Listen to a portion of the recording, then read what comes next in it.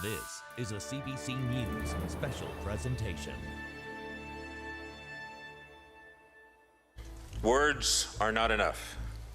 Reconciliation requires deliberate, thoughtful, and sustained action. Political action will be required to break from past injustices and start the journey toward reconciliation. We must all call for an ongoing progress of reconciliation, regardless of political affiliation, regardless of cultural background or personal history of connection to this dark history. Reconciliation is not an Aboriginal problem. It is a Canadian problem. It involves all of us.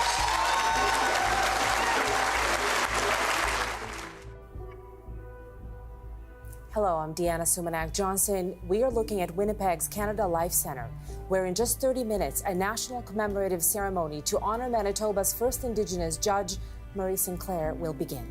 You just heard Sinclair in his own words, speaking during the closing events of the Truth and Reconciliation Commission in the summer of 2015. As chair of that commission, he led efforts to put the testimony of residential school survivors on record. Sinclair died at a Winnipeg hospital on Monday at the age of 73 and was laid to rest on Thursday. Today, First Nations leaders, the Prime Minister, and Sinclair's friends and family will gather to pay their respects. And the CBC's Brittany Greenslade is at the memorial in Winnipeg. She joins me now. Brittany, you're already there. I can see a huge crowd of people behind you. Take us through what you're seeing as we get closer to the beginning of this important ceremony.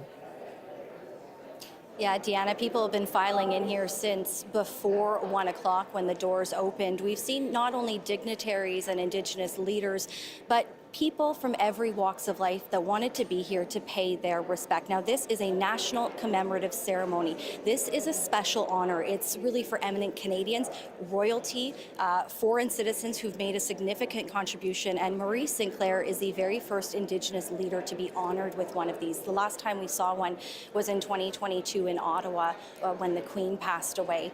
Now, the one thing we keep hearing time and time again is that this is what respect looks like. People wanted to be here to not just show their respect to their family, but to be able to say that Murray Sinclair was someone that showed up for everybody else all the time throughout his life. And it was time now for people to be showing up for him. Many people that we spoke to said they had a hard time sharing their stories in the past, and he was that voice. He was the voice for the voiceless. He made it okay to speak out, to share your story, to share your past, and to make sure that people, Canadians, were watching, were listening, and were honoring what happened and moving forward on that path towards reconciliation. Many people here telling us that this was a really difficult week when they heard of his passing. There were a lot of tears, some saying, I can't cry anymore. And it was a profound sadness that people felt. But the other thing we heard was it was a profound gratitude that people felt for who Murray Sinclair was, for who he showed up for, and for everything that he's done for Indigenous people in this country. Brittany, Murray Sinclair was an inspiration to many, a mentor to many people who hadn't met him. He was also a friend to many. That includes other Indigenous leaders, including Governor General Mary Simon. Talk to me about how they were connected. Yeah, the Governor General was one of the witnesses at the TRC, and she says it was a great honor to be able to speak, but she also says that it was Murray who allowed her to be able to do that, and that's something that she'll never forget. She spoke about their great friendship, but she also spoke about the path that he's set forward and what Canadians really need to do moving forward, those 94 calls to action, and what we all have to do to help make sure that his legacy lives on. Here's a portion of the conversation I had with her earlier today. When they were having a national gathering in Edmonton a long time ago, I think it was the last national gathering of the Truth and Reconciliation Commission, and I became an honorary witness to the TRC, and that was a real honor for them to ask me to be an honorary witness. That was a monumental moment in my life because an honorary witness keeps the sacred, like you keep the honesty and telling the truth long after the TRC has done its work. So it's a responsibility you take on to keep telling the story so that we will remember and never do it again. And that was one of the things that I remember a lot. I also told my story about residential schools, and I got quite emotional at the event, just because I was reliving, the whole process, and he just gently put his arms around me and told me I was going to be all right. So, just the fond memories like that come to mind when I'm thinking about him. Now, we're also expecting to hear from the Prime Minister, who will offer his remarks, and the Premier of Manitoba, Wab Kinew, who has a long history with the Honourable Murray Sinclair. Murray spoke about knowing him since he was in diapers. He was actually the one that helped inaugurate him here when he became Premier, the first First Nations Premier in Manitoba and in Canada, and that was a special moment. So we're going to be hearing from the impact he had on many people's lives here, elders, Indigenous people, non-Indigenous people. They are expecting more than 4,000 people to be here paying their respects today, many that have already come in. Like I said, not just dignitaries, but everyday Canadians who he had a profound impact on. Much for that, Brittany. When you're telling those stories, it really emphasizes how even leaders in Canada held him in great esteem, and he was a leader to other leaders, as you said, knowing Wab Kinew when he was a baby in diapers. Thank you so much for that, Brittany. That's the CBC's Brittany Greenslade in Winnipeg. Now, we heard a little bit from Murray Sinclair himself off the top of the show. Let's hear from him again in his own words. These are some of his remarks during the closing ceremonies of the Truth and Reconciliation Commission. He explained why the Commission's work, which involved hearing from residential school survivors, was so important. Removed from their families and home communities, 7 generations of Aboriginal children were denied their identity. We heard how, separated from their language, their culture, their spiritual traditions, and their collective history, children became unable to answer questions as simple as, where do I come from? Where am I going? Why am I here? And who am I? These fundamental questions guide us in life. They influence our choices. They strengthen our ability to take advantage of opportunities, and they help us find and fulfill our sense of self. Survivors were stripped of the ability to answer these questions, but they were also stripped of the love of their families. They were stripped of their self-respect, and they were stripped of their identity. Their stories, more than 6,750 of them in number, will now become part of a permanent historical archive, never to be forgotten or ignored. For her thoughts, we have Pam Palmater in studio with us today. She's a Mi'kmaq lawyer and chair of Indigenous Governance at Toronto Metropolitan University. Pam, thank you so much. You're going to be spending quite a few hours with me here today. Thank you so much for your time. Thank you. I watched you nodding when you were hearing those words, him talking about the importance of putting the names and stories of these people, almost 7,000 people, to paper. As a lawyer, as somebody who also fights for Indigenous rights, tell me about the brilliance of that simple and yet such an important move to just put it into historical record. Tell me about the brilliance of that move. I think for many, they went to school and they never learned about any of this. You know, that's a very common comment that we've had over the years. And by putting this into the historical record, never again will our histories and lived experiences and those of our parents and our grandparents, even our great-grandparents, will be erased or ignored. It's going to be part of the Canadian conscience. It already is.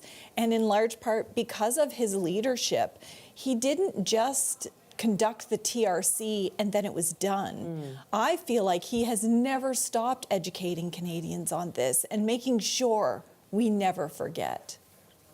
When you learned that he died on Monday, how did you feel and what went through your mind? Well, it was very sad. Obviously, we care a lot about his family and his community and everybody he's impacted.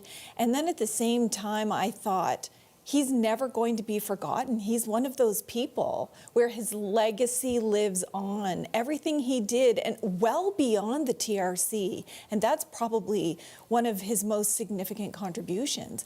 But the pediatric care inquiry that he did of the deaths of babies, his role in the Thunder Bay Police Board Services inquiry, and then in Senate, all of the historical pieces of legislation impacting Indigenous rights that were passed while he was at Senate fighting for that. So his impact is going to be felt for many decades to come. Of course, one thing you have in common with him is you're a lawyer as well. Yeah. Now, you're the generation of his kids. Tell me, at the time, I remember reading stories about just how much prejudice he faced. He was clearly what appears to be a child prodigy in terms of intellect, sports, an all-around great student. And here he was as this young Indigenous lawyer working in Manitoba. And sometimes people would come in and they would be confused and think that he was the client and that the white man was the lawyer. Tell me about some of those obstacles he removed and the kind of role model he was to you in terms of the importance of going into the legal profession and representing in the court of law some of the specific issues affecting Indigenous people in Canada. It was huge because even as I was going through school, I didn't learn about Indigenous issues in my K-12 education. I had to actually take a Native Studies degree in my undergrad.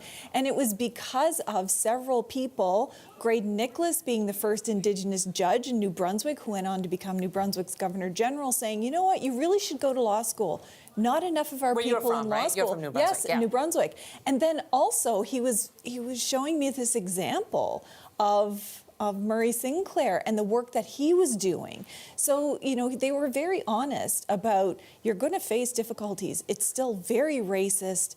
Being a lawyer is very important. You get to learn all of the tools, all of the insights, critical analysis, and we're going to need that in our advocacy going forward. And so I literally read everything he was doing. You know, the Aboriginal Manitoba Justice Inquiry for Helen Betty Osborne, her death, and J.J. Harper. And that was so significant because it was addressing all of the issues I thought people didn't hear or care about. Issues like sex discrimination in the Indian Act, something I cared a lot about. So then I started following everything he did. I didn't know him then. I didn't meet him until much later in life. But his work was so profound that I thought, you know what? I'm going to go on and do my grad work in legal studies. I'm going to study more about this. I'm going to learn everything I can so that I can help contribute to what he's doing and leading the way, because we know he had a very, very difficult time, even more so than I did and more so than, you know, modern generations. Mm-hmm. Tell me about meeting him. You said it wasn't until much later. You know, you were first this young, idealistic lawyer trying to follow in his footsteps and make that change. Talk to me about the first time you met him. It was when I was traveling to Winnipeg. Obviously, he's from Manitoba, and I was starting to do more work with First Nations in Manitoba as opposed to just the Maritimes. And I was walking out of the airport, and in was walking Murray Sinclair. And it was one of those surreal moments where I thought, wait a second, this is out of context. This is someone that I have been studying my whole life. Is this real? And he's walking towards me. And he must have known that I was looking at him because he just said, hello, dear, how are you? Where are you from? And I couldn't say anything. Even now when I'm thinking about it, it was like, so starstruck. Yeah, exactly. And told him who I was. And he was like, oh, I just see good things for you. You get out there and kick butt and make sure you advocate for our people. And ever since then, he kept saying those messages to me every time we came together, whether it was in the Senate or an inquiry, any context. He was just like, I hope you're still kicking butt. I can see it in your eyes. You're making me well up too, because I can really feel how much that meant to you when you're not quite believing in yourself, and then you see your ultimate hero saying that. Tell me about the Pope's apology to Indigenous people, and how much did Murray Sinclair's work contribute to that historic moment? I think his work has been so foundational on so many things, but he was, in the calls to action and throughout the TRC saying, a lot of people have some responsibility here, federal governments, provincial, municipal governments, medical associations, but also the churches, and in particular the Catholic Church, and that he wanted to see a new vision for Canada that was nation to nation, that would be based on this concept of we're repudiating the doctrine of discovery that was so central to the Catholic Church, and any concept of terra nullius, this idea that no one was here. Land, yeah, nobody exactly. was here. Yeah. So he never stopped talking about that. He never stopped advocating for that. He never stopped calling on governments. You see a lot of the work that he did in public, but it's the behind the scenes, talking to people and trying to have influence. So that was just an incredible moment for many survivors, and he was a central part of that, as were all of the residential school survivors who were part of that process. We have a few other interviews to play, and I want to get back to you, but just while we're still chatting, I want to ask you about this incredible duality in his personality that's coming through Phillips Webstad and Mary Simon and all these other great leaders who held him on a pedestal as a leader, like you. And what they've said was, there was this great gentleness and warmth. This comes through this airport episode that you just described. But obviously, a formidable intellect and tenacity and toughness. At a time when nobody wanted to talk about this, what happened in residential schools, much less so put it to paper and make it this historical document. Talk to me about that part of his personality and how much it affected younger generations of Indigenous leaders like yourself. It's the fact that he did it anyway. Of course you're going to attract hate and people who have racism and negative thoughts in their heart, but his motto was always, we have to do it anyway. Our people are worth it. That's what it means to be a warrior for your people or to love your people, is to do it anyway. Whatever skill you have, keep doing it. Think about when he was doing the Justice Inquiry in Manitoba.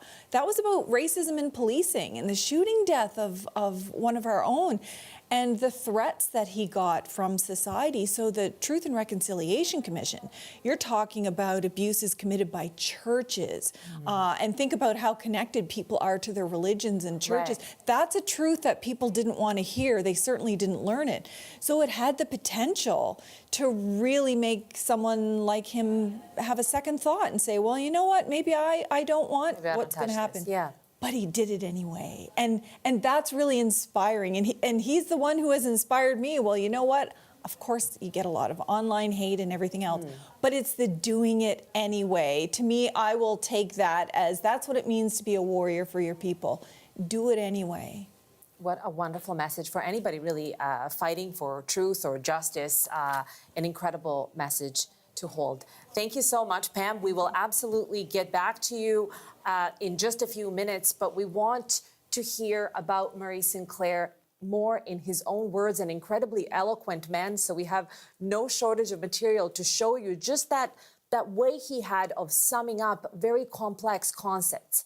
As Manitoba's first Indigenous judge, he, of course, shouldered a particular responsibility. He increasingly found himself as the go-to guy when experts and others were seeking a voice on Indigenous experiences with the justice system. He shared what that was like with CBC's Diana Swain. Have a listen. Virtually everything I did and was going to do was going to be a new challenge, different perhaps than from others who were in the same position. There was a time, I got to tell you, that I resented being considered a one-trick pony. No question of that. When I got invited to conferences to address the judges or address lawyers, it was always talk about Aboriginal justice issues. And after a while, it got a little weary. But, I began to realize that I do it well, and I enjoy it, and it's important to do it. And a little earlier, I spoke with Adeline Weber. She's the commissioner of Yukon, and she is attending today's commemorative service. I asked her about Murray Sinclair's legacy.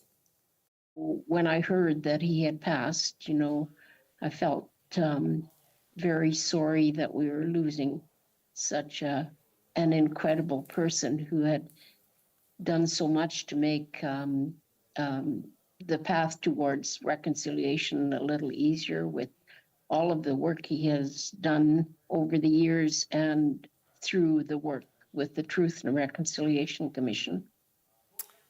I want to ask you, Commissioner Weber, how big of a deal? It's easy to look back now on something like the Truth and Reconciliation Commission and say, well, of course this happened, this needed to happen. But tell me about the magnitude of what he had accomplished as the Commissioner of the Truth and Reconciliation Commission. How big of a deal was it? Was there a time when you just thought something like this is never going to happen?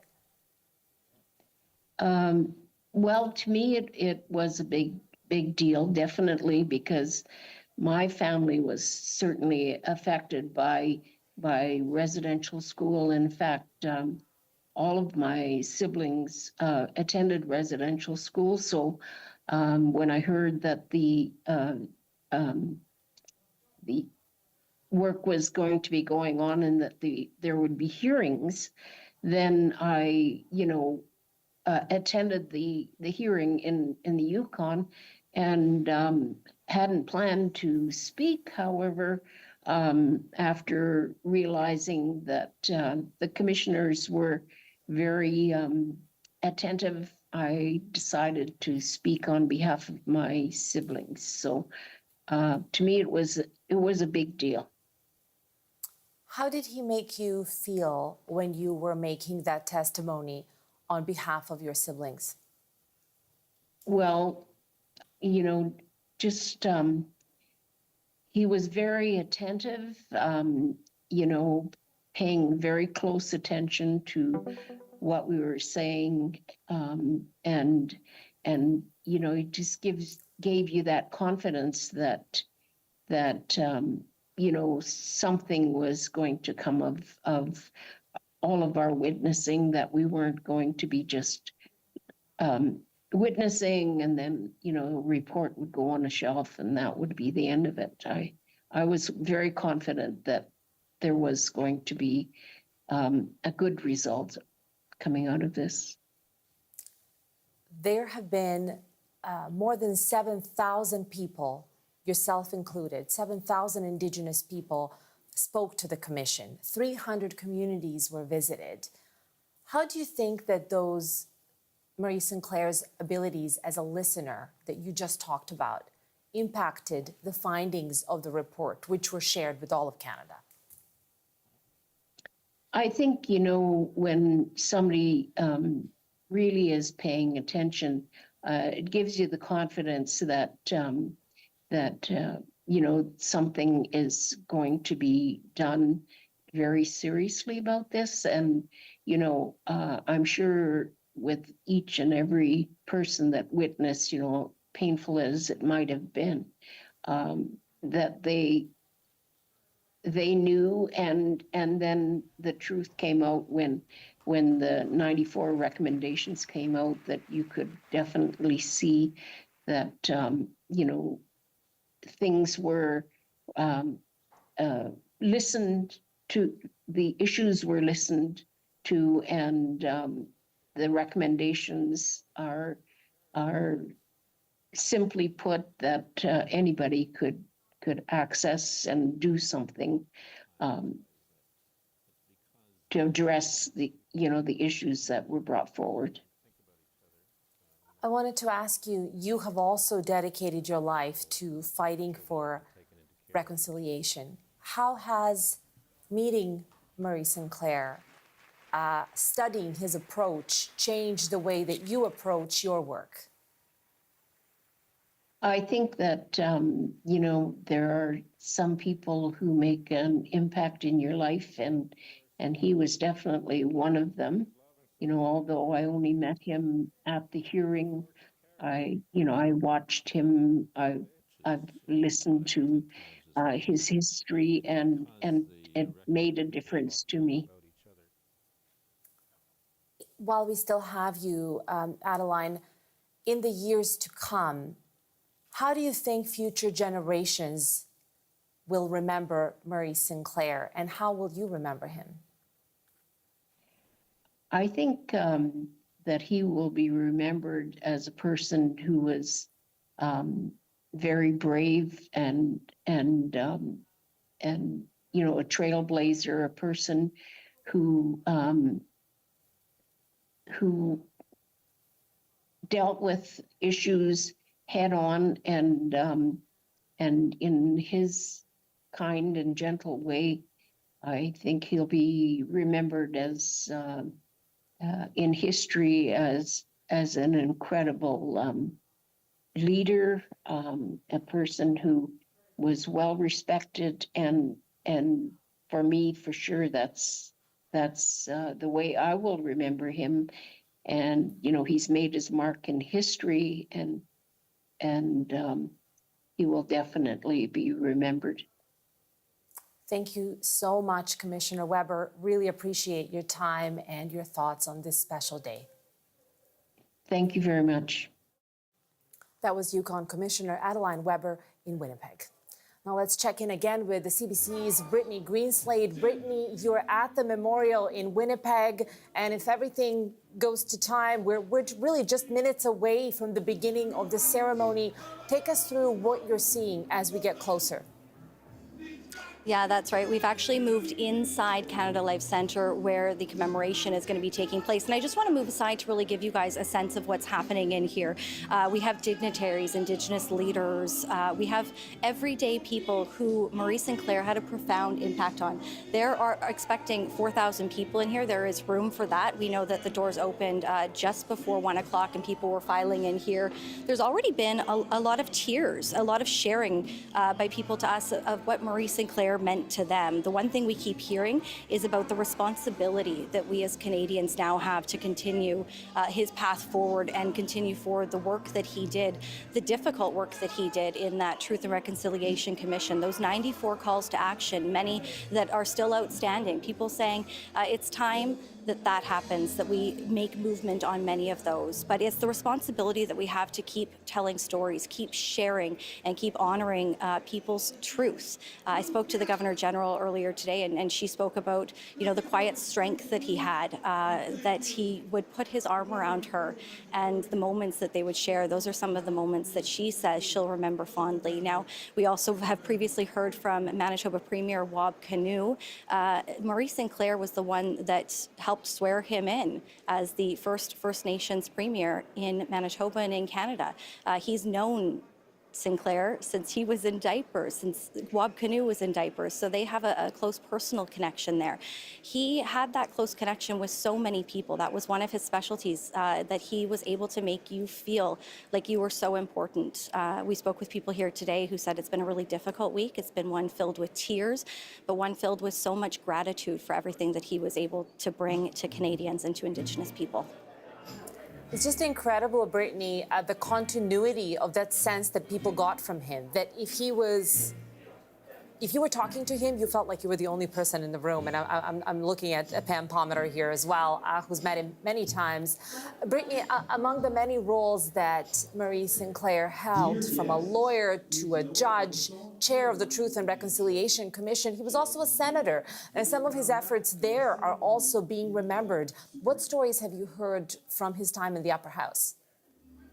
Yeah, Senator Mary Lou McPhedran's here. She's from Manitoba, and it was actually Murray Sinclair that sponsored her. He walked her into the Senate to give her oath. Today, when I talked to her, she called him her North Star, and I think that is something that struck me with what a lot of people said about him. He was that to so many people. He made you feel like the most important person in the room when he spoke to you. He listened.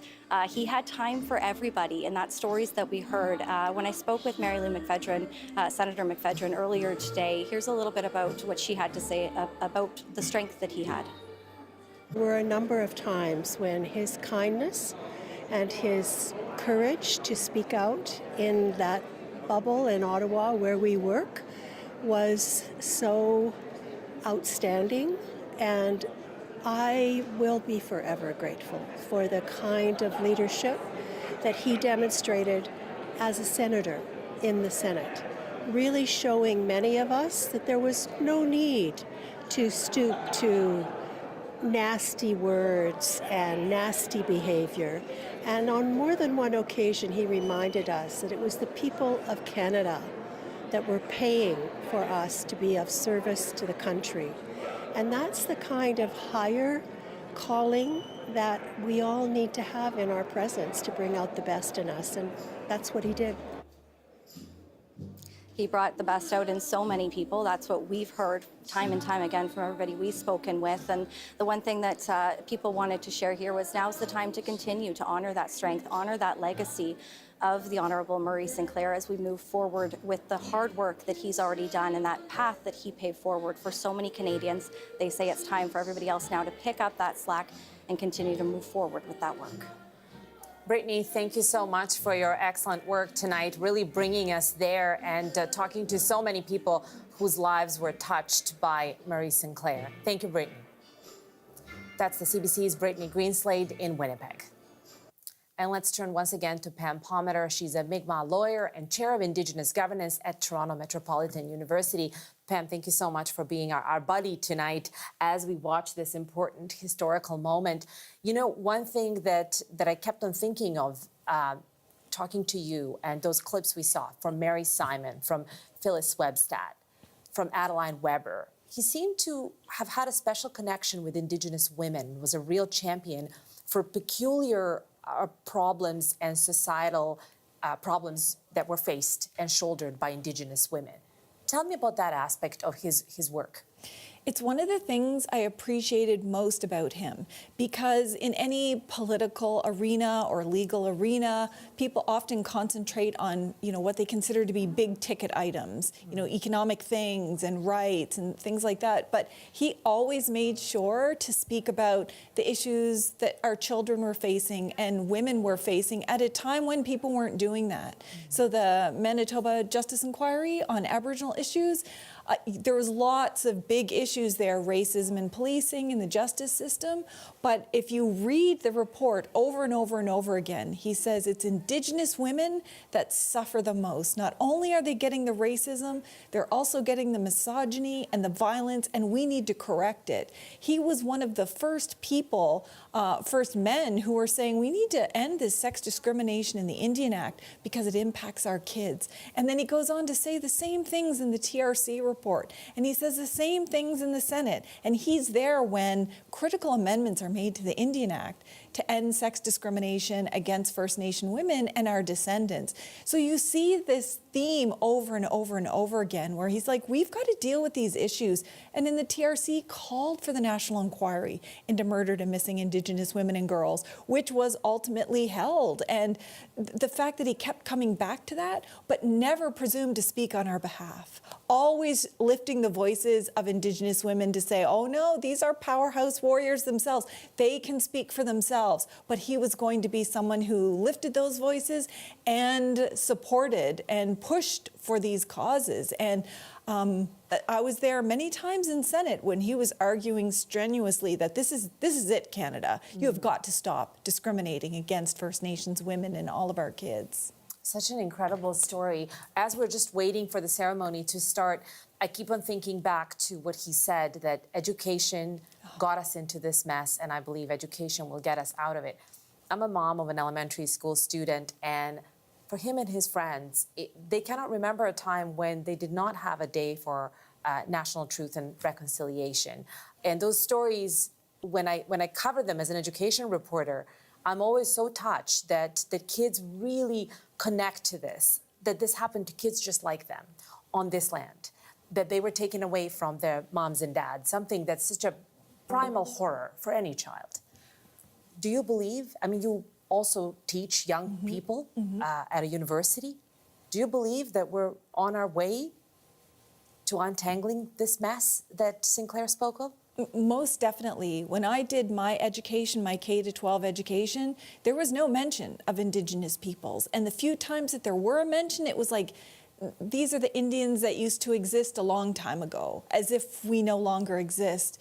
Nowadays, I can walk into a school with very young children, and they're talking about land acknowledgements, whose land their house is on. They're wearing orange shirts on Orange Shirt Day, and not just for fun, but they can actually explain, hey, this is what happened in Indian residential schools, and very age appropriate. But you've got very young kids in kindergarten to say, hey, you know, the people in Indian residential schools, they're very mean to those kids, and that's not right, and that's not fair, and we're going to make sure that never happens. To have this multitude of generations know that this is part of our collective history and that it's important we remember and make sure it doesn't happen in the future. To see kids being able to talk about this, I mean, my kids are in their 30s. They never got any of this in their education either. So sometimes I'm really taken aback to see just how much even the youngest of our kids know this, in part because of the work that he's done. It's such a hopeful and heartening thing to see. I wanted to ask you, we will be seeing, of course, all these dignitaries, Mary Simon, Prime Minister Justin Trudeau, Bob Canoe, the Premier of Manitoba, but there'll also be members of Murray Sinclair's family, including his children. I've had the honor of speaking to his son, Nigan, many times on educational matters. Talk to me a little bit about who we're going to see and already the impressive legacy, not just impressive genetics, but that his own kids are doing as well.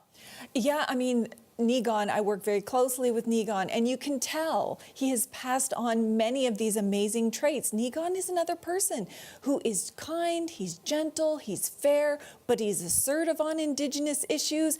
And behind the scenes, all the stuff you don't see is just like what his father did, supporting us behind the scenes. You know, if things get tricky in a panel discussion on Indigenous rights, he'll be the first person to call and say, oh, you got that. Don't worry about what they said. We're in this for the long haul. So you can kind of tell the kind of father that he was when you have someone like Nigan Sinclair.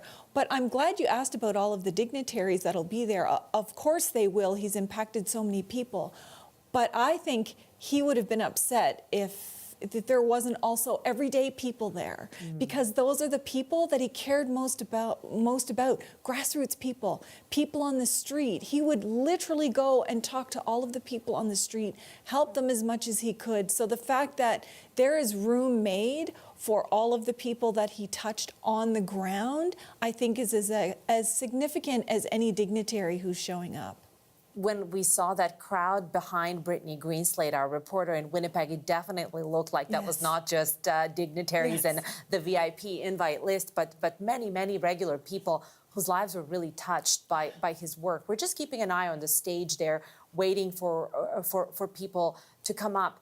We spoke to different Indigenous activists and scholars throughout the day today, and one of the things that came through was this evolving nature of what truth and reconciliation means. And one of the ideas that was brought up was that some younger Indigenous people feel that maybe the reconciliation bit is a little too soft. Maybe there needs to be more truth and confronting the wrongs done to Indigenous people in Canada.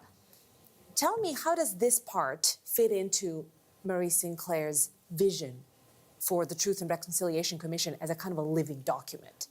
Right, and I think you just hit it right there, a living document, and the fact that there is a role for all of us. So if we're only waiting for the federal... Role for disagreement, too. Literally, and if we're only waiting for the federal government to act, you know, we're probably going to wait a long time. If we're only waiting for provincial governments, if we're only waiting for institutions to act. Part of the key message in the TRC report was, you know what, we all have an obligation here because we're all benefiting from ongoing injustices.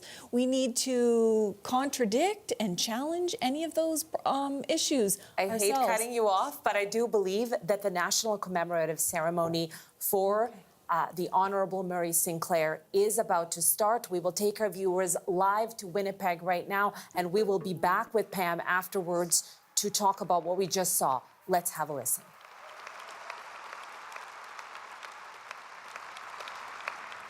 I think Dad's frequent phrase was, reconciliation is a participatory endeavor. So feel free anytime that you feel the need to speak to him and recognize him.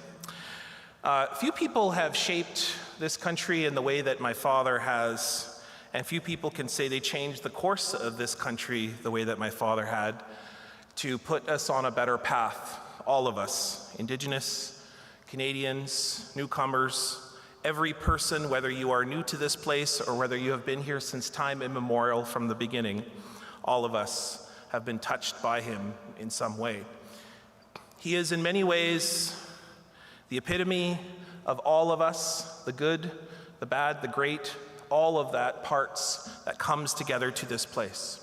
Murray Sinclair is one of those few people who has impacted all of us for years to come, and that our great, great, great grandchildren and beyond will speak about him.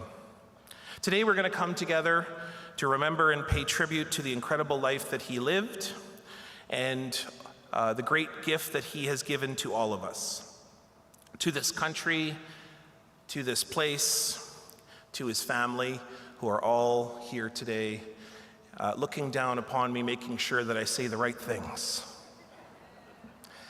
I would not be here without my incredible sisters who have worked so very hard to make sure that all of these processes for the past week have been done in a kind and respectful and a Medewan way.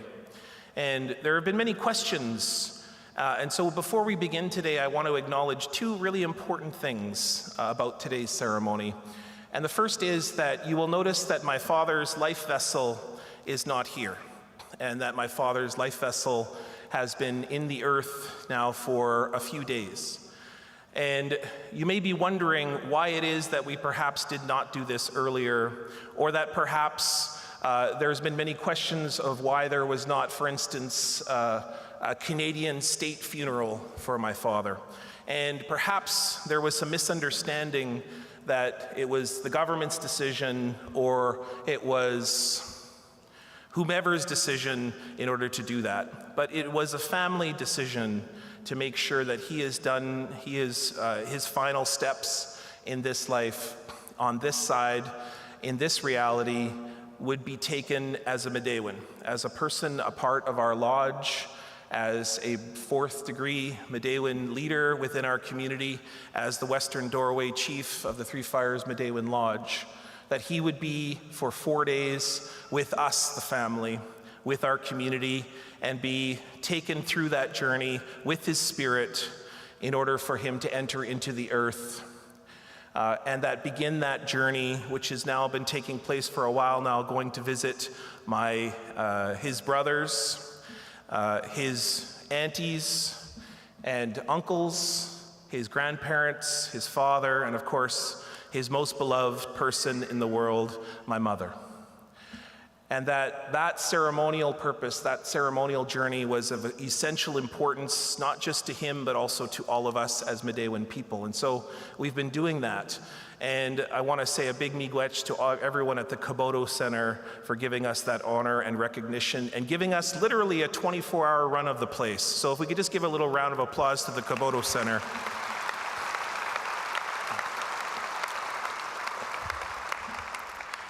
And the second thing I want to do is, now that he is on his journey, now that he is taking those steps towards my mother, now that he is doing that work, I ask all of you to recognize him if you use his Anishinaabe name, Mazinagijik Iban, that you attach that small Iban at the end of his name, because that is the recognition that he is now an ancestor that is doing that work on that side for all of us. And that if you're able to, if you remember, if you could do that work, because when he hears his name, he may be tempted to come back to this side, or may be tempted to look back, or he may be tempted to think about us and feel that we are sad.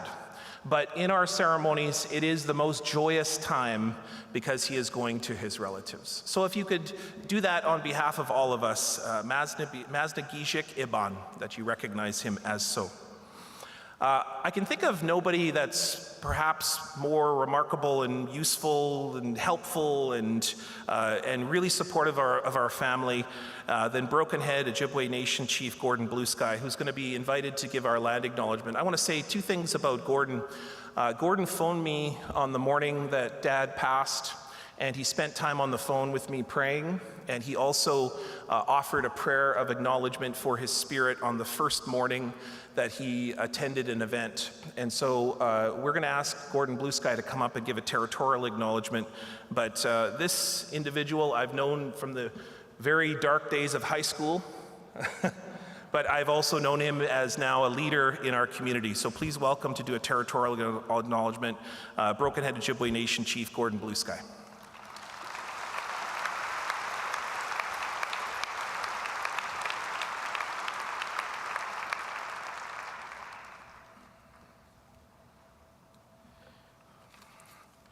Miigwech Nigan.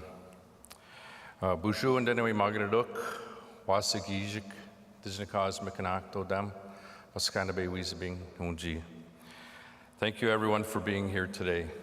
I want to start off by saying on behalf of our Treaty 1 nations, we honor the life of the late Treaty 1 icon, Mazina Gijik Iban, and the legacy he leaves behind. He has blazed a trail that many are now following without fear and without having been the first to do it. When I'm having a bad day and feel like the whole world is on my shoulders and feel like giving up, I think of our friend and all he faced and all he challenged. I'm then reminded that I don't have it so bad.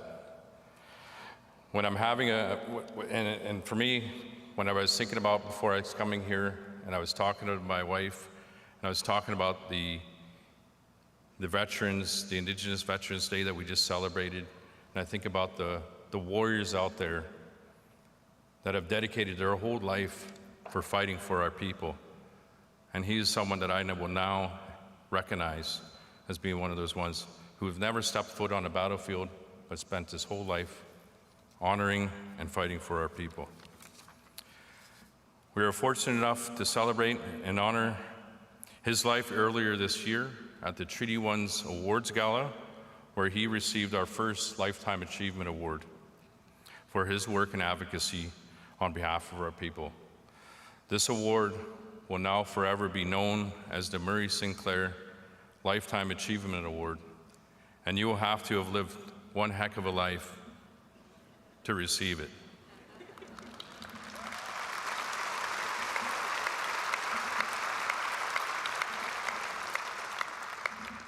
Well, we all owe a debt of gratitude to his life's work and, of course, his family. And we got to give them a special miigwech as well for sharing him with us all.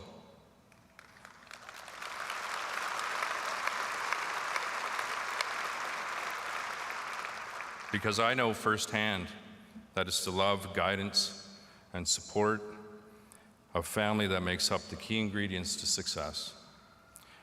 Mazina Gijik Iban has lived a life like no other, but as he was, we are hopeful.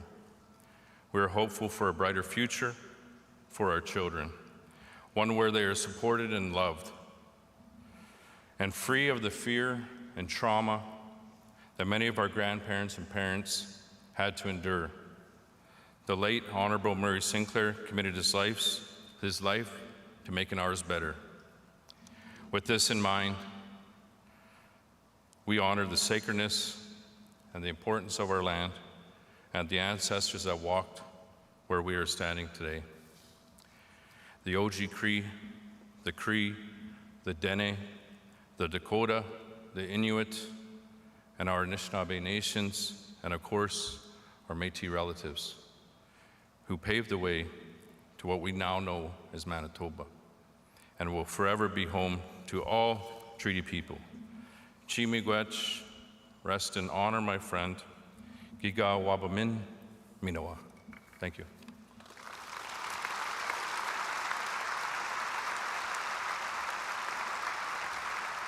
We now welcome Knowledge Keeper Jason Peranto from Lenape Nation in Ontario to bring an opening prayer. Nous invitions maintenant Jason Peranto de la Nation Lenape à offrir une prière d'ouverture.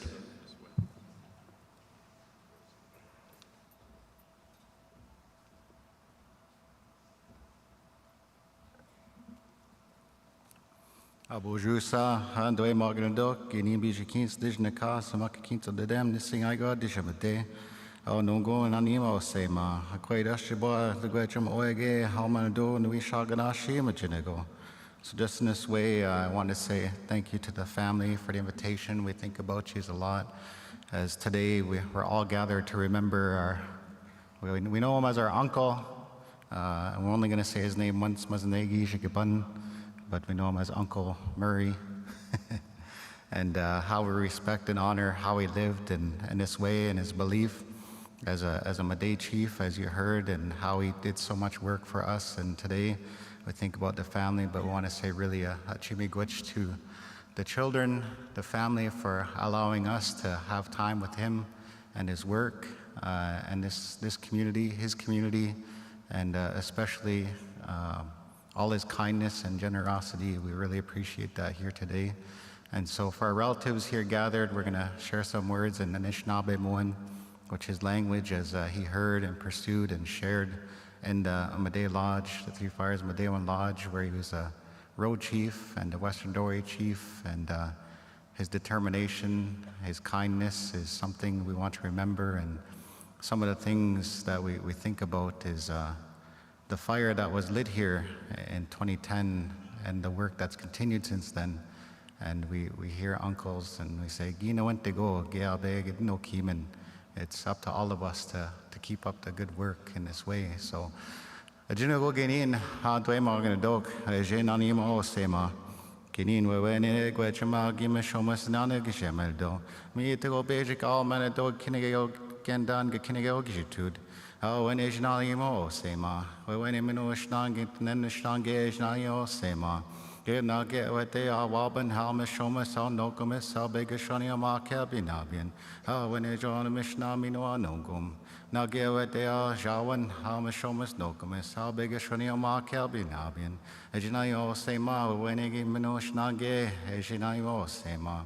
Now get what they get, Han Gabion, Halma, Shomas, Nokomis, how big a Shania Markel Binabian. Oh, any Dapan Mosh, not sema, Mishka Bijuanish Nagishe, what's in Gaye. She'll get what they are getting, how much shomus no commiss. Me on their dancing, oh, you know, Jimobi Madis when we went in and the ma, or the way Margana, Komaya, or Mark Shaki, I paid them in over Madis you are. Is named the Monogum, which now we be Madis when she go get what they gishagon, Tam Gijik, Nijo Gijik, Niso Gijik, I'll be in a show at any Gishagon. Get the up chair, good them come, they gunning, which now get up with the Matsun guy. She go again, ma give my man and a king. Me go chinani up the madis when I don't do shinange. I cannot so kanake, and a tam beat kamigak, Nijo beat kamigak, Neso beat kamak guy and a soy kamigong. Oh, when is Naimo sema, when I don't do, when I get any shaman or shange, Naimo sema.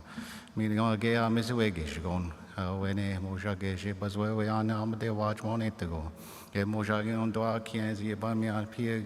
Used to win the mom and the dog gone. Ah, when I don't do a shanation on dog goes young. Ah, show in the Mishnah Gesheman do. Ah, show in the Mishnah Gesheman do. Ah, show in the Mishnah Gesheman do. Ah, show in the Mishnah Gesheman on the Kanigan now.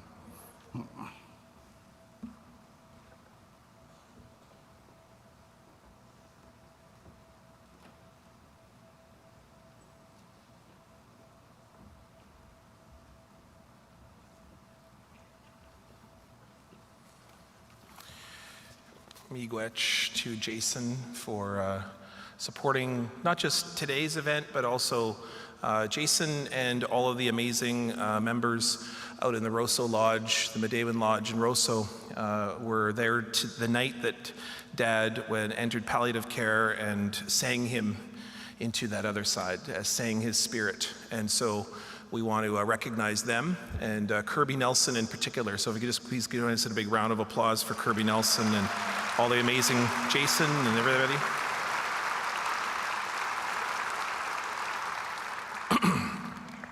To try to encapsulate Dad into a speech or anything like this, it would be very difficult. It's very difficult, of course, for my siblings and myself. We all had different experiences with Dad. And so I'm going to do my best here to talk a little bit about Dad, and I don't really know what you'd call this. In case you haven't noticed this is very sort of a Anishinaabe gathering, meaning it's not always like a typical kind of funeral or a typical kind of gathering. Like, I'll give you an example. We were backstage and We of course have the Prime Minister here, and the Prime Minister's come from a very long distance, and of course all of us have different experiences with Dad. And the Prime Minister comes in the room, and all my family are sitting on the couches there, and particularly my auntie and my uncle, and so they're from town. They're from where we grew up, out in St. Peter's. And the Prime Minister comes in, and of course, understandably so, very emotional, very, wants to interact and engage with us, but then particularly wants to meet Dad's sister. So he comes over and he meets Auntie Diane, and is chatting with Auntie Diane, and then meets Uncle Walter, and they have a moment, and it's kind of a tearful moment, understandably so. And then Uncle Walter turns to him and goes, "So how about those Jets?" So, let's give the Jets a big round of applause. Way to go, Jets. So, by the way, Dad and I, he still wanted to know the Jets score, like right up to the end. So, Dad, we're not running things according to perhaps what you might be used to, because it's very Anishinaabe. And at this point in our ceremony, it's also a very joyous time for us, because we know that my father is on a journey right now to see beautiful people. But I want to share some words about my father right now. You all know his accomplishments, perhaps as a lawyer, as a judge, a commissioner, senator. My sisters and his grandchildren knew him as Nibaba, Dad, or Mushum, grandfather. His name, though, was Mijanagijik Iban, the one who speaks of pictures in the sky. That beautiful name was bestowed to him by Anishinaabe, a beautiful, wonderful leader amongst our people, and was also someone who regularly was a counsel and a supporter of him. But regardless of how you knew Dad, he was a man you instantly wanted to visit with, spend time sharing food alongside, or listen to the many stories he would share freely and with a generosity that made people never forget him. In fact, it was impossible to go through a mall without 17 people, 2 of them that he sentenced into jail at one point,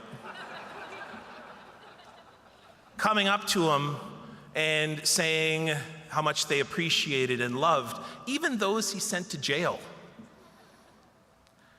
He was an advocate, a fighter, and some of you may have just learned, a poet, an artist, and perhaps most of all, he was an educator.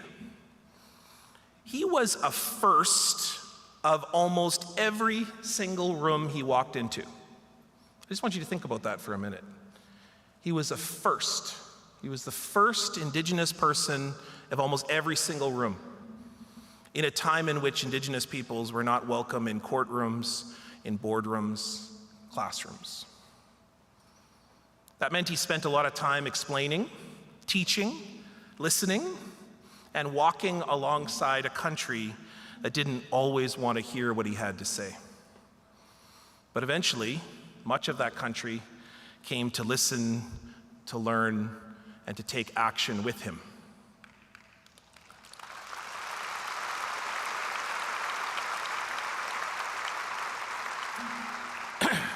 I want to tell you about a few things maybe you don't know, alongside the things that you do know about him, his work, and his loves.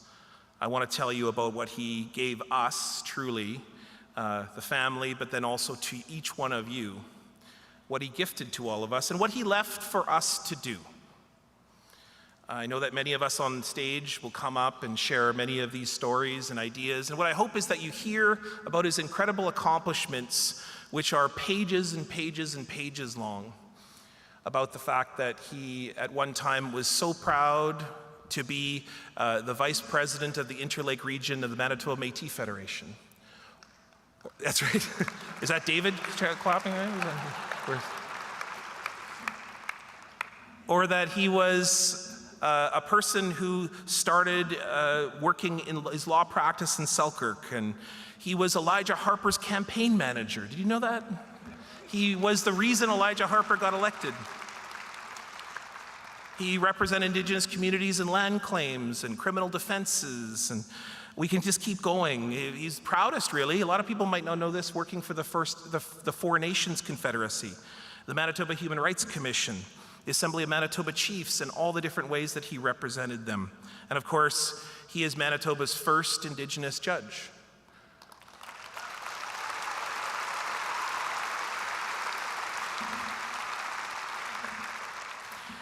He's most proud, and if you were to ask him, if you were to say, what is he most proud of, people would probably talk about the TRC, they'd probably talk about those work at the Senate, but for him, the proudest moment of his career was heading up the Aboriginal Justice Inquiry in 1988 with Justice Hamilton.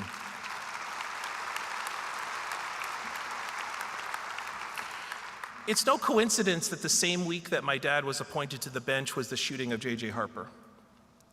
And that investigation into Harper's shooting, and also the subsequent investigation into the death of Helen Betty Osborne, he spearheaded and brought justice to those situations.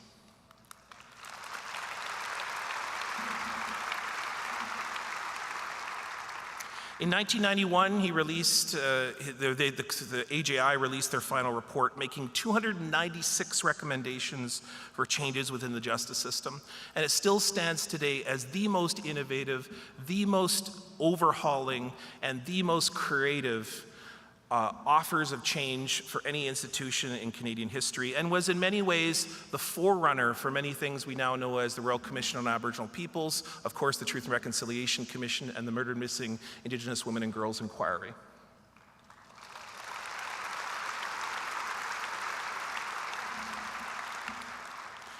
This is not to mention, of course, his incredible work with the pediatric cardiac inquest, which was the hardest process for him, for reasons that you'll hear about in just a minute, because he had to investigate the deaths of children, which was very hard for him.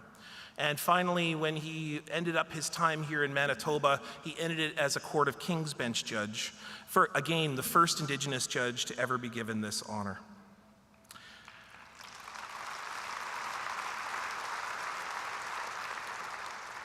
And this is where you get to know him, for many of you in the country who are watching, and for those of you perhaps that may not have been aware of all the things that he did. Because in 2009, he was appointed to be the lead commissioner of the Truth and Reconciliation Commission, which you're going to hear a lot about for today. And so I'll let others comment on the incredible work that the TRC did. But the TRC stands one of the most innovative and powerful moments, I think, in this country's history, because it wasn't a government inquiry, it was created by survivors. And it was the survivors who believed in my father, Marie Wilson, Wilton Littlechild, to be able to bring peace and justice to what is this Canada's most egregious crime. And that those calls to action give us all a path forward and work to do. Some of you may not also know that he did other work after the TRC in the Senate, but also that he investigated the Thunder Bay Police in 2017. At the Senate, he passed policies and laws, legislation on LGBTQ2+ rights, Indigenous languages, rights, child welfare legislation. And then finally, he returned home in 2021 to be a mentor to young lawyers, one of whom, Danielle, I don't know where you are, wrote an incredible piece talking about him in the Free Press.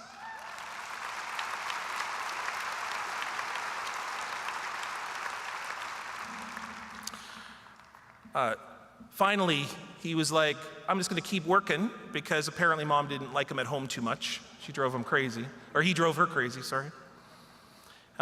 He then began to become Chancellor of Queen's University, and in 2023 helped oversee the negotiations for the multi-billion-dollar federal settlement compensating Indigenous children and families for being unfairly treated by Canada's child welfare system.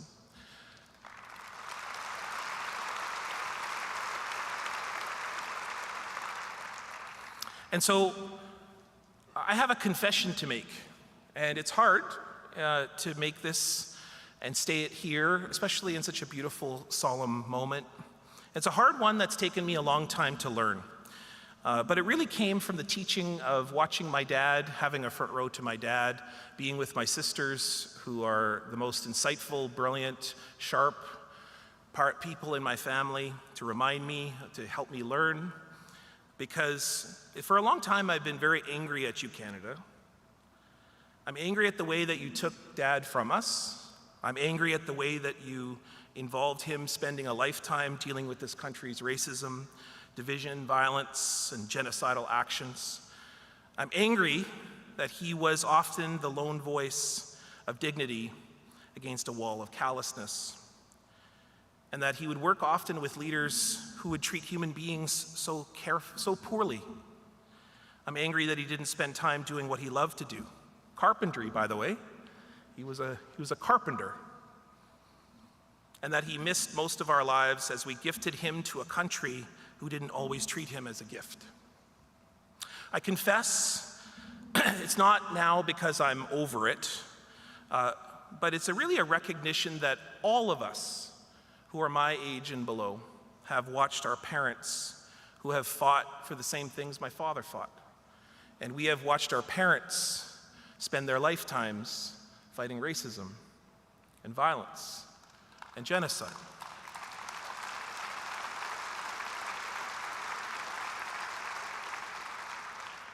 All of us sat at home while our parents spent time fighting institutions and laws when we really wanted them to come to hockey games or come and be with us at Thanksgiving or be with us to help us grow up. We know that they were doing that, though, to create safe places to live, clean water to drink, and languages to speak. So now as a parent, I get it. I see why he did what he did.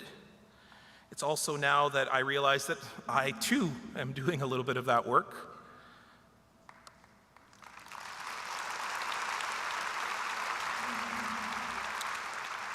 You know, he and I spoke lots about that in the hospital, and he kept saying to me, take care of yourself. You don't want to be this way, in the point in which he was suffering so deeply from not just the physical trauma of doing this work, but also the nightmares, the hard times at night when he would remember the stories that he would hear, or the hard times that he had on the road.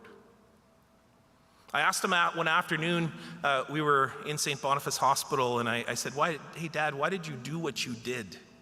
Like, why did you spend so much time on the road and going to events, giving speeches, and going to court, and doing the AJI and the pediatric inquest or TRC, working in the Senate? Like, you know, I remember one time he phoned me at 2 a.m. at the Senate. He's like, I'm fighting with these conservative senators to try to get Bill 92 passed. All I want to do is sleep.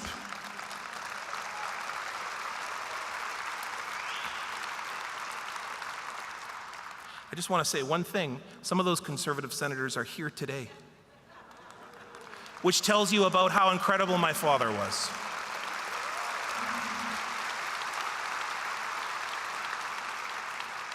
I asked him if it was a sense of duty. Was it, I don't know, from when you were in the Air Cadets? My dad was an Air Cadet. It was like one of his proudest moments. I said, is it because you were such a hardworking guy, because he was Athlete of the Year in 1968, reminded me every single day of my life? I was like, Dad, I got a PhD. He's like, but were you Athlete of the Year in 1968? Was it because of a responsibility, something you picked up in the legal profession, or was it because of the bigger picture? You know, when he often talks about, wrote about it in his book, when he becomes a father to all of us, the 5 children that he has. You know what he told me? He said, just simply, I was called.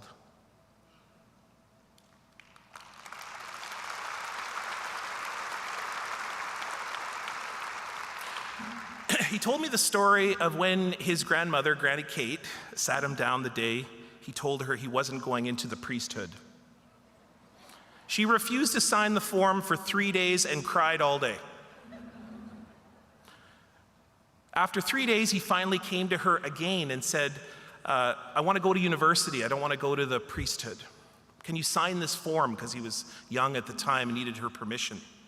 And she looked me straight in the eyes, he said, and said that I must love the people when they do not love me, even when they do not love me. And that he did.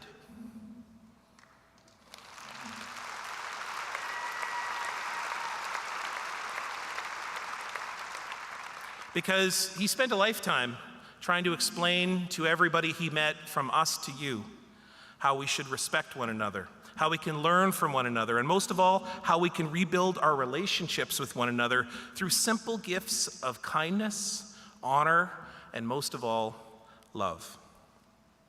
It is love that he saw in all of us, at the best of times and the worst of times. It's love that he tried to show us through the pictures in the sky. So it's love that I learned the most from Dad, love of our people, the Anishinaabe, but also our Cree and Métis relations. In fact, Indigenous communities and nations everywhere. Dad, first and foremost, loved spending time with children and elders.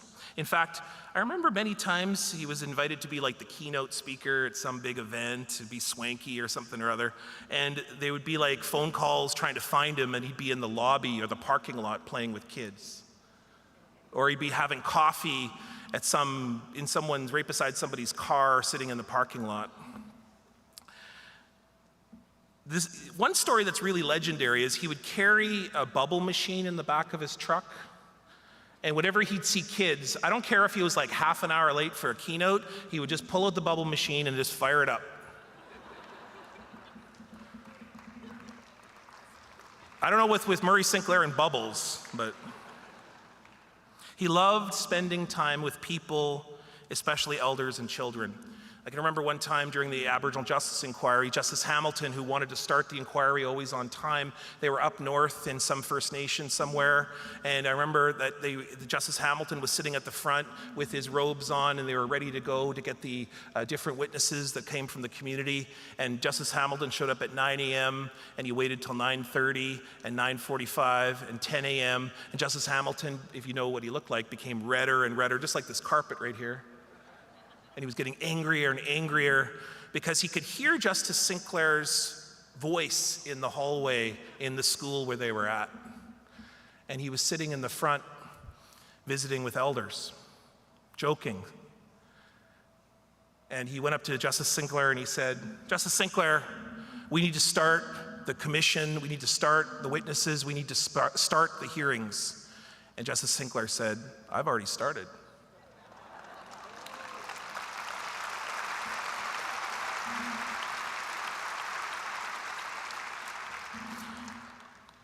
Among all things, Dad loved our culture.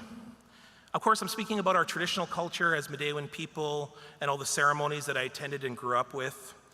He always encouraged us to do that work, to pick up the work, and also to speak Anishinaabe Mowin. But I'm really talking about the culture of respect, kindness, giving, because those are what he brought to others. It was the kindness that he learned in the lodge amongst Midewiwin, for Anishinaabe people for generations, that he then brought to the country. And he asked everyone to give respect and kindness to each other. There's countless stories of Dad, you're going to hear a few from my daughter, talking about the ways that he worked with people from all walks of life, all politics, and all faiths to create a culture of respect for all people. And it was really that love which guided every single story I could tell about my father, from the times that he helped people who had fallen down on the ice, to the times that he helped people to learn about our culture, to the very fact that he helped a commission that had failed for the first time, the Truth and Reconciliation Commission, and he agreed for one time to leave us yet again and to go and help a country. My father also had a deep love of humor. He loved laughing, he loved storytelling. In fact, his favorite story to tell is when he was appointed to the bench in 1988. He was, as I mentioned, the first Indigenous judge in this province's history. And so he encountered a lot of racism. And one of them was from a fellow judge on his very first week. They had like a luncheon or a coffee, and all the judges were sitting around in the Manitoba bench and sitting at this long table. And one of the judges turned to him, because we remember that Elijah Harper had just been shot that week, and he turned to my father and said, "Well, you know, Murray, the only reason that you were appointed is because we all feel bad. We feel bad about Native people, and you're only here because you're Indigenous." And my dad turned to him and said, "Well, you're only here because you're a white guy."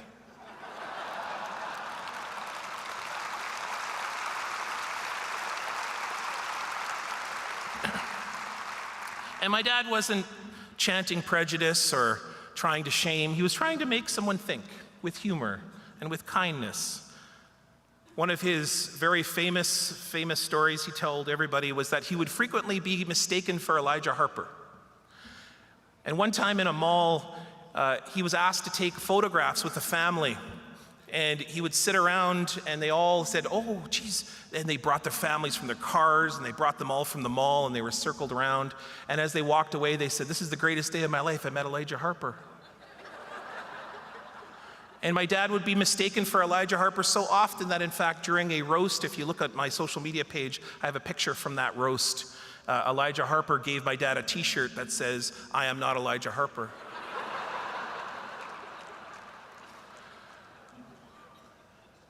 My dad was mistaken for Elijah Harper so many times, he thought it quite funny that he started to sign autographs as Elijah Harper.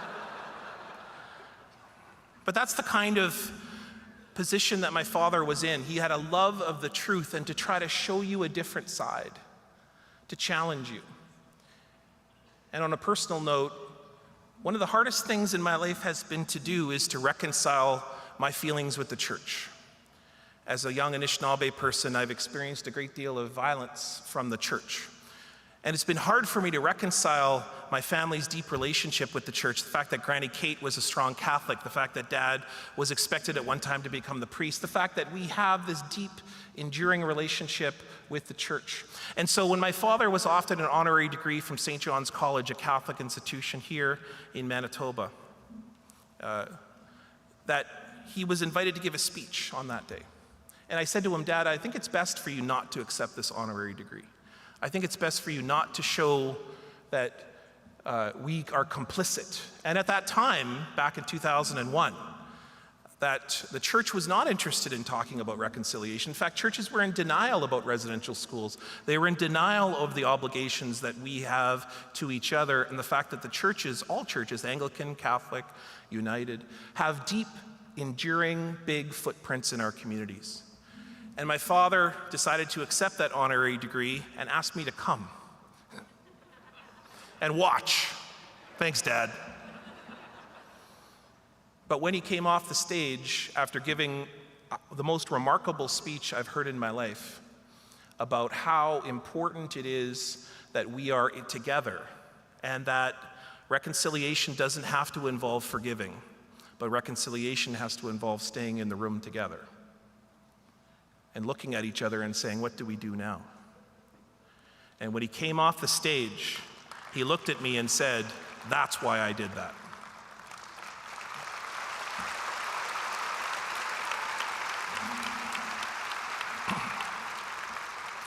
How little did I know that he would eventually help broker all of us into that relationship 8 years later with the Truth Reconciliation Commission. Because, you know, my father's most enduring gift is that he loved this country and all of its complicatedness. He loved this place. He loved treaty. He loved that you would all be here today. He would love that you are talking about reconciliation as not just as he said famously at the first National Day of Truth and Reconciliation, that reconciliation will never be a one-day affair. It will be for all time. It will be for all of our lives. And it will be for our children, children's lives, until finally we can look to each other and treat each other as human beings.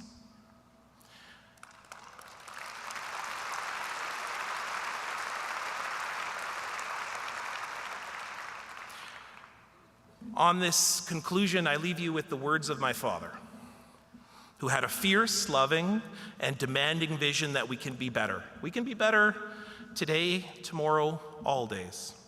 It's something that he gave to me, something he gives to you, something he gives to all of us in the ways that we do our work. Whether it be wherever you are, I hope that you hear my father's words. This is his words from a speech that he gave in 1997, before reconciliation was ever a thing, before we even talked about residential schools openly, before we talked about what it meant to live together. Here's what he said. Ultimately, no matter how we envision it, change rests with you. Those of you who are here and ready to put in the hard work to do it. For change to happen, though, you have to commit personally. those of you who think this is important, to see this will happen. You have to go back to where you came from, your governments, your workplaces, your homes, and you have to go back Monday morning, send a memo or have a meeting or just sit and visit, but you must make a commitment professionally and personally.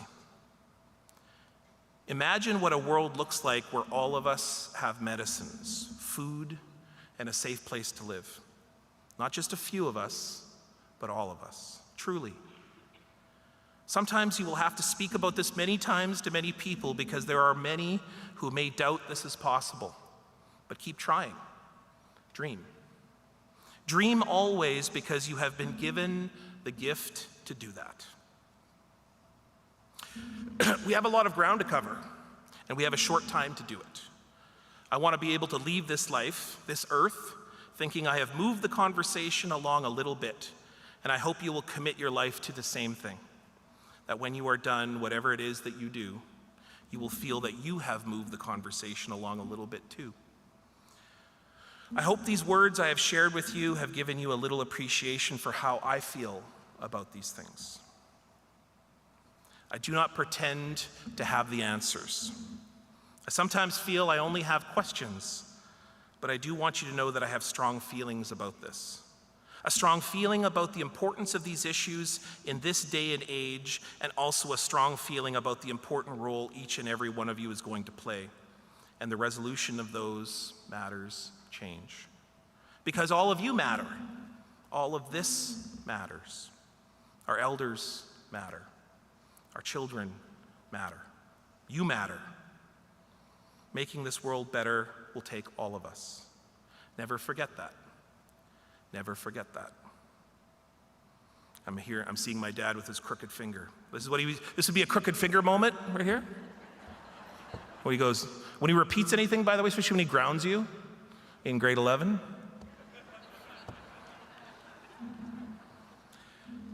Here's what he said at the end. Change will happen if the citizens of this country believe and make it happen. So, believe. Then get up. Do something about it. Don't just sit there. Get up.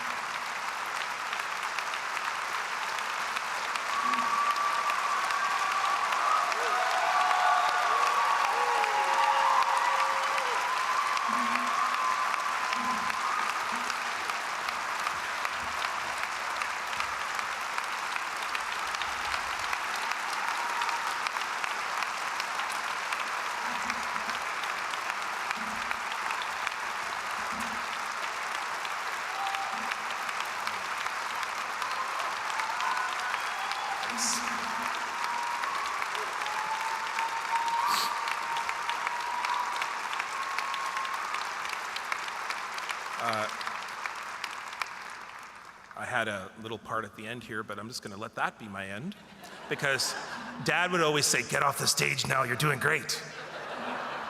But we're here really to also hear from the grandchildren, and speaking on behalf of the grandchildren, but then also our family, we've asked Sarah Fontaine Sinclair, Namiji Nibekwe, his granddaughter, to say a few words.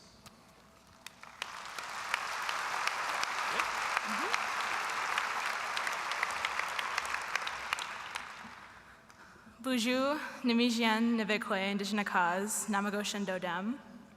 Hello, my name is Sarah, but my Anishinaabe name is Nimijian Nibekwe, which means the light that dances on the water woman. I first want to say on behalf of my whole family that we feel a lot of gratefulness from all the messages that we've been receiving. We feel a lot of love that are coming from these messages, and we apologize for not being able to respond to all of them, as it's been a hard time for us.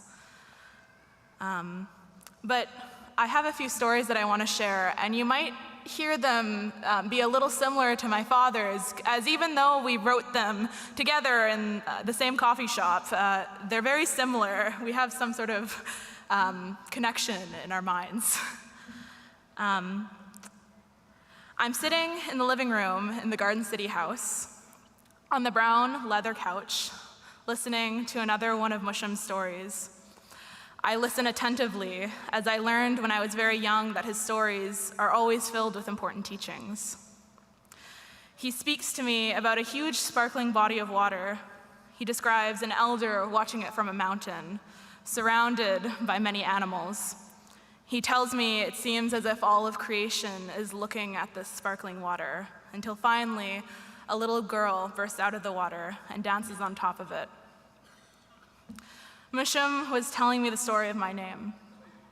You see, in my culture, we receive a spirit name that tells us who we are and what we are called to do on this earth.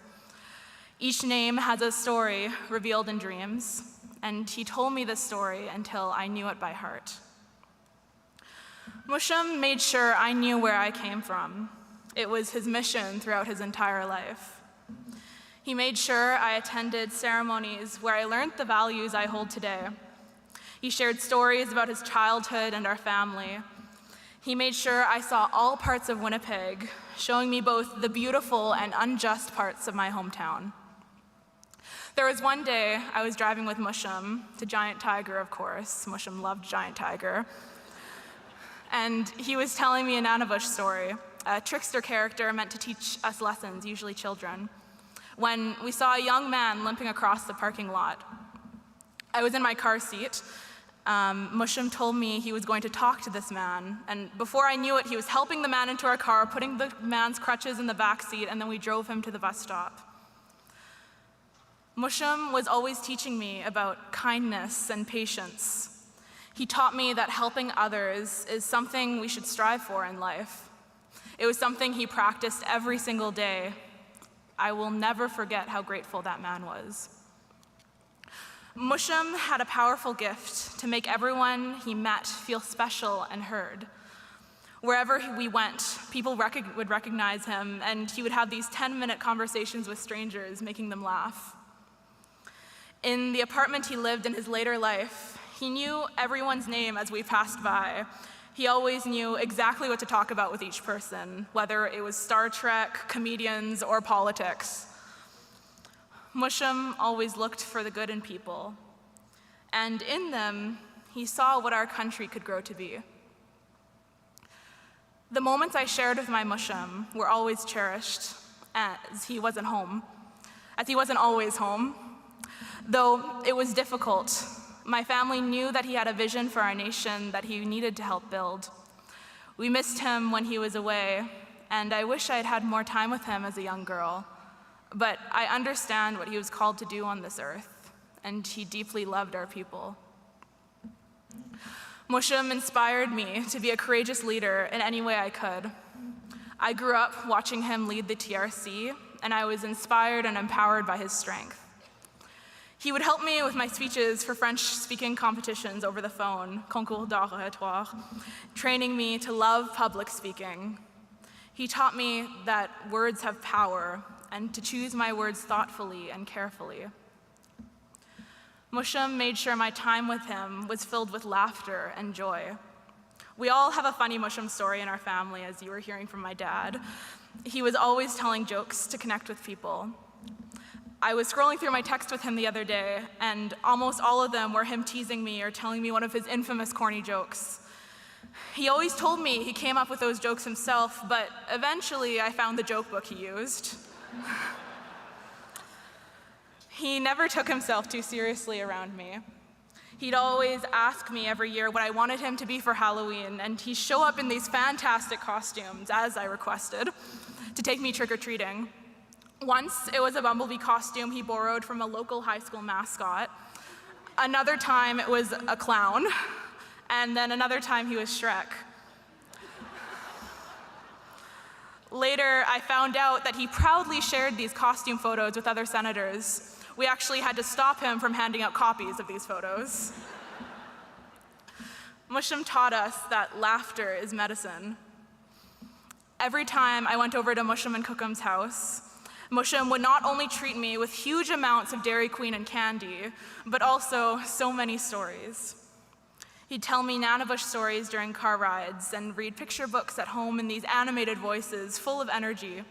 Sometimes he put so much energy into his storytelling, he'd fall asleep mid-sentence. He shared so many of his teachings within stories, always a visionary, like his spirit name described. Mushum always lit up around kids because of this, as he loved sharing stories with them.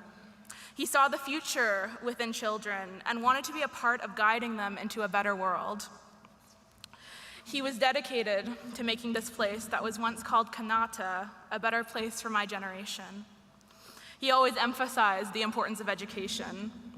Even later in his life, he remained committed to helping others. He mentored young Indigenous lawyers, wrote a book teaching us on how to guide youth to finding identity through 4 questions, and served as Chancellor of Queen's University, supporting students and their dreams for the future.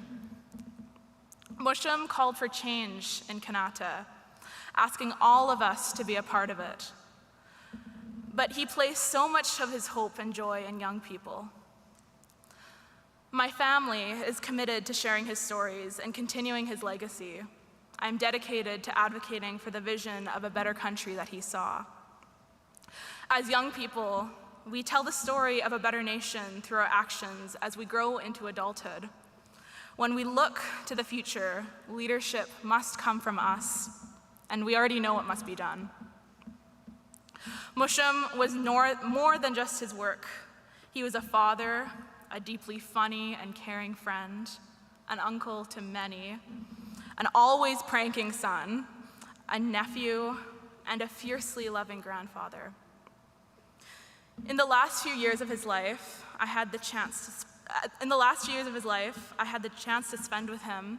He shared a story with me at almost every visit, and the story might sound familiar as my dad just told it. I'm sitting on the couch in his apartment about a month after Cookum's passing, when he tells me the story of how he decided to go to university. His grandmother was hesitant to sign the papers. She told him, "You must use this education to help people," and he agreed. Always thinking of others was a teaching he passed on to me, and one I pass on to you. Empathy and kindness balanced with strength and leadership are what we need more in this world.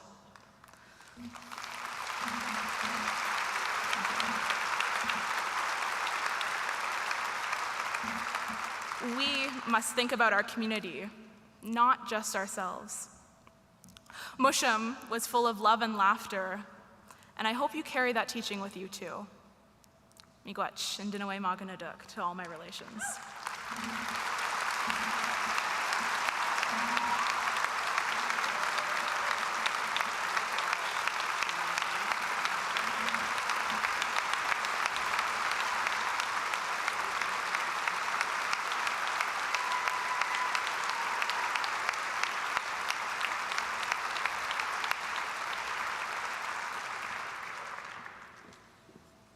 We'd now like to welcome the artist Fawnwood from Saddle Lake Cree Nation and Dallas Waskahat from Frog Lake First Nation to share their song, Remember Me.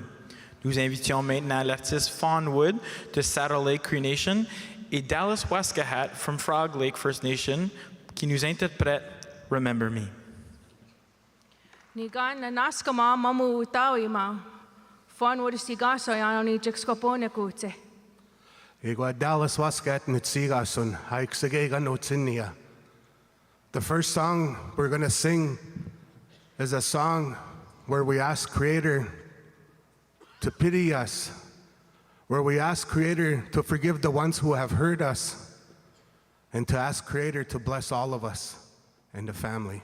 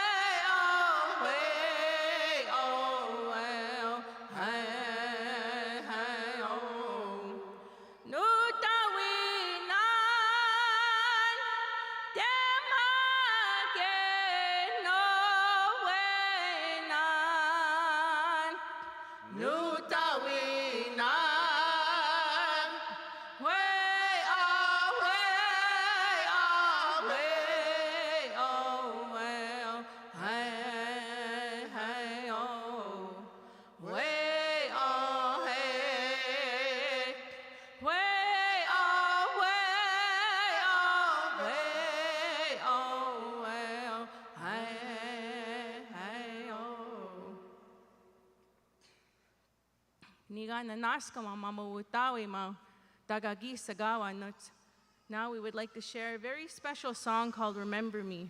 And we want to dedicate this to Gakyo Aisino Wakuta, all of the people here, and especially his family and his loved ones, and all of the people who his beautiful work and his beautiful life resonates with.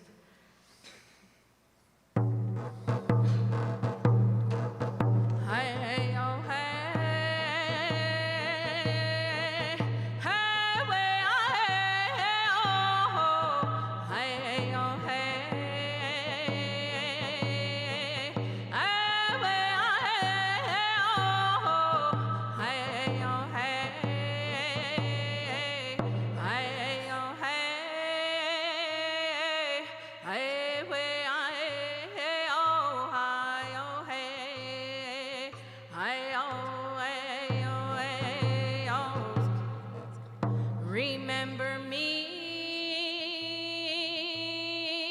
when the sun comes up in the morning sky. There I will be, soaring with the eagle so high, feeling free. Remember me down the road, hand in hand, you and me. Hi-oh, hey-oh, hey, hi-oh, hey. Ah-way, ah-hey-oh, hi-oh, hey. Ah-way,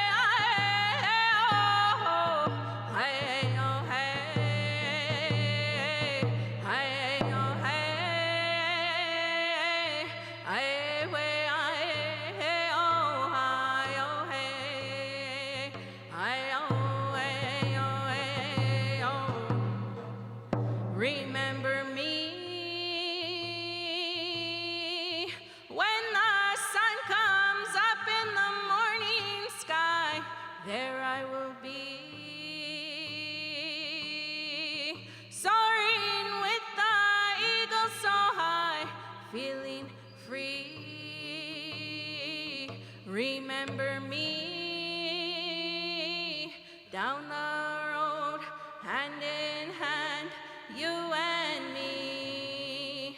Hi-oh, hey-oh, hey, hi-oh, hey. Hi-way, hi-hey-oh, hi-oh, hey. Hi-hey-oh,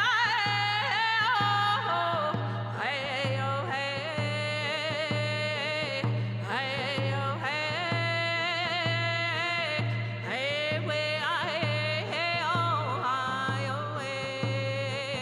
Hi-oh, hey. Remember me when the sun comes up in the morning sky. There I will be, soaring with the eagle so high, feeling free. Remember me down the road, hand in hand, you and me. Ay-oh, ay-oh, ay-oh. Ay-hay kinanaskumt nawaw, sagit nawaw.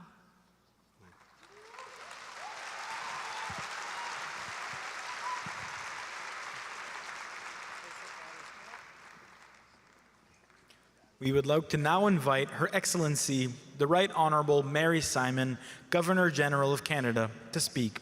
Je voudrais maintenant inviter Son Excellence la très honorable Mary Simon, Gouverneur général du Canada, à nous adresser la parole.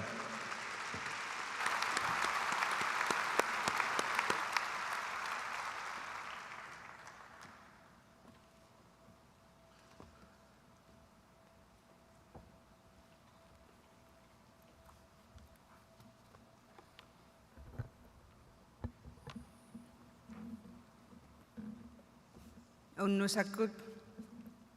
Good afternoon. members of the Sinclair family, Indigenous elders and leaders, survivors, Prime Minister, TRC Commissioner Murray Wilson, Speaker, Your Honor, Premier Canoe, Commissioner Weber,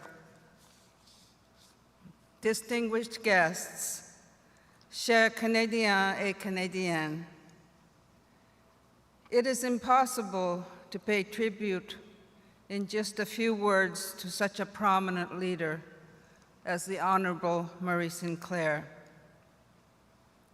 An intellectual wise enough to defend Indigenous rights and expose systemic injustices and spearhead major investigations into the justice system, yet humble enough to listen and keep learning. Isumatawlaw matan na sibulok tarilak tawut bikhuyalagayut sunilo tamakuninga kamahatta simayupim marialunik nunahakha simayuit sangaya uti hatta simayanginning kamasimatsuni nalatsiagon na sunilo ammalo kinalimatsiaming inutsiango bihak simayong. A heart brave enough to expose injustices, yet generous enough to make everyone around him feel welcome and important. Je me souviens du jour où j'ai raconté ma propre histoire devant la commission de vérité et réconciliation il y a plusieurs années. When I told my story at the Truth and Reconciliation Commission, I was very emotional. Senator Sinclair came to me and comforted me with warmth and compassion. People felt a sense of trust and authenticity around him, that they could be who they are without judgment. He was a person of profound wisdom, gained from his academic background and his cultural knowledge. He was held in high regard by all Canadians, both Indigenous and non-Indigenous. He understood how connected and interdependent we are all.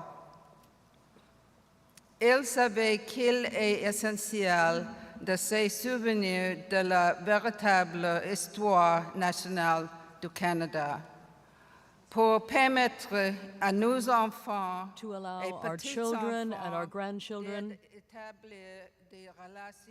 to establish respectful relationships and work collaboratively in the future. As the first Indigenous judge appointed in Manitoba and the second appointed in Canada, Senator Sinclair gave hope to many as he opened people's eyes about the mistreatment of Indigenous peoples in the justice system.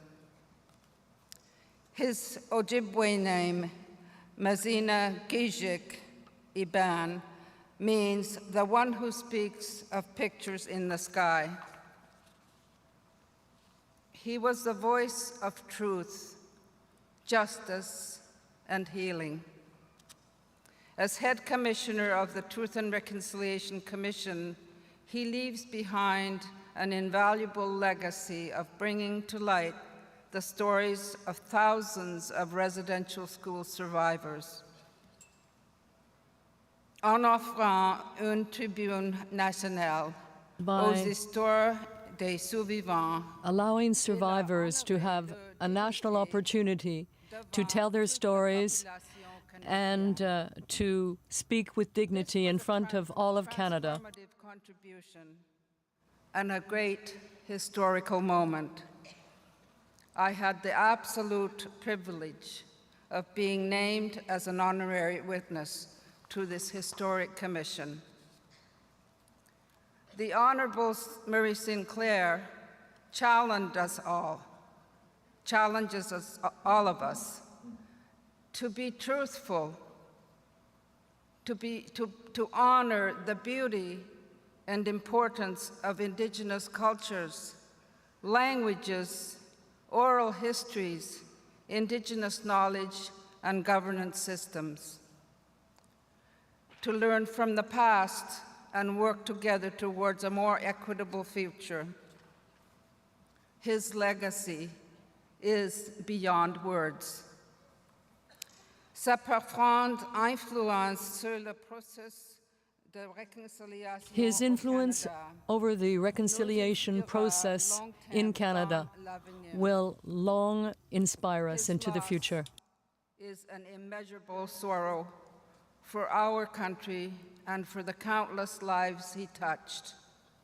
On behalf of all Canadians, Whit and I offer our deepest condolences to the Sinclair family, who grieve the loss of a beloved father and a grandfather. As a nation, let us honor his legacy by continuing our journey towards reconciliation. He will be remembered.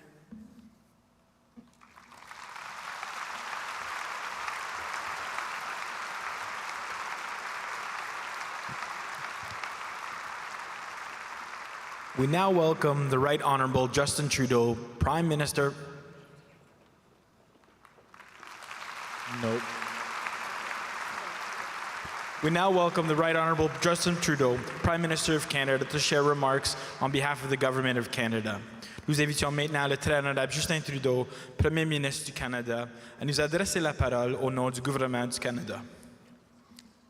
Bonjour, good afternoon. Thank you, Chief Blue Sky, for starting us in a good way. As we are today, life sometimes brings together people in just the right moments. And my first official event with Murray was certainly one of those. It was 9 years ago, and I was maybe a month into the job of Prime Minister, very much feeling the weight of the responsibility that Canadians had just entrusted in me. Especially because that first meeting was on a day of great consequence for this country, the release of the Truth and Reconciliation Commission report that Murray led. It was a culmination of years of painstaking work, reliving trauma, demanding action, forging a new, better path forward. Murray and I spoke that day and had a heartfelt, serious, and enlightening conversation, the first of many that would follow over the years.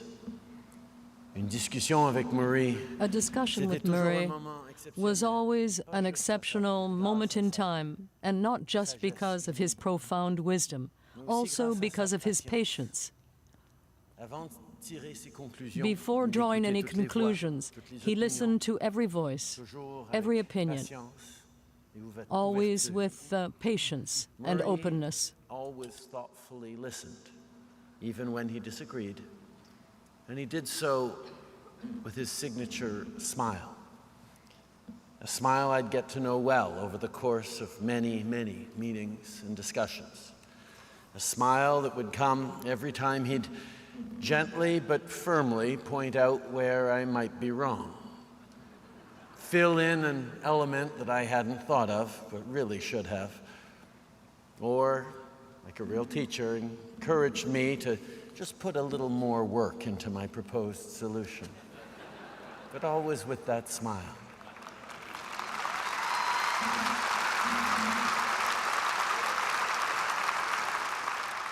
Over the years, he became to me a wise teacher, a trusted confidant, an insightful elder, a mushum, and above all, a friend who challenged me to always do better.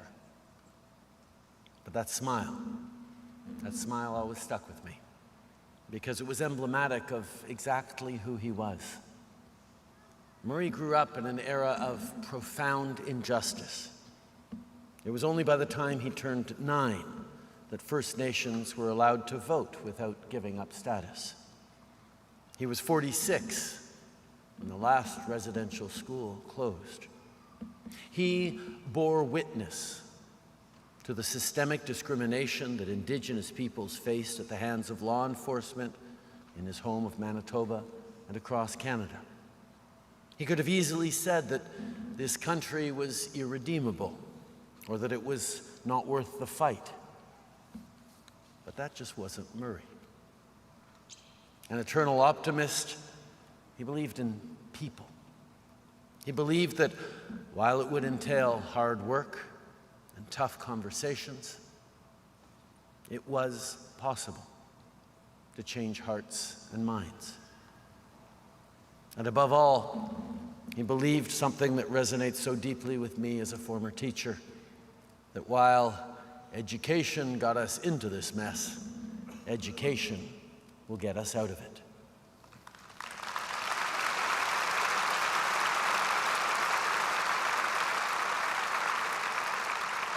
He believed that the answer to building a better future lies in education, and especially in our youth, from coast to coast to coast.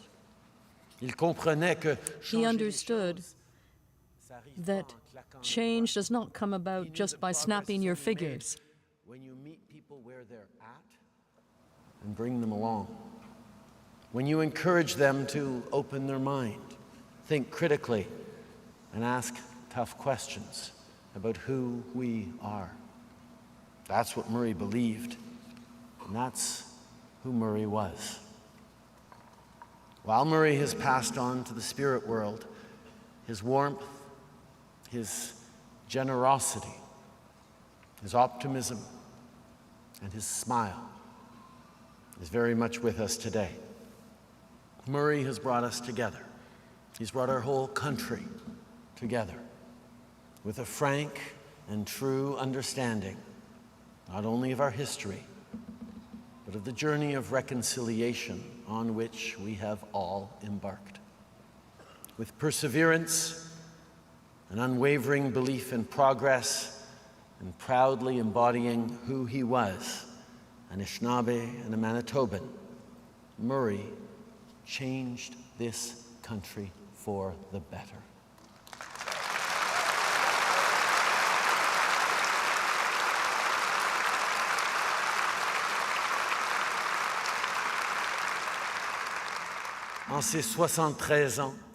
In 73 years, Murray transformed Canada. Thanks to him, we became conscious of our past and of the injustices that still persist.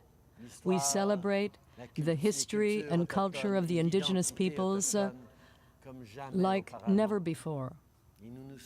And we have become open to change. Real change, deep change, sometimes painful change, change that is necessary. Life has a way of bringing people together at just the right moments. And in that first meeting, and during the many encounters I had thereafter, the many deep, important, but also fun and light conversations, he continually impressed upon me that reconciliation is not about checking off 94 boxes. It's an ongoing, continuous, and deeply ambitious process. Murray gave us the blueprint, the foundation, the tools to pursue reconciliation, and now it is up to all of us, governments, Indigenous peoples, and non-Indigenous people, to keep doing the work with everything he gave us. Merci beaucoup, Murray. Thank you all. Thank you so much, Murray. Today.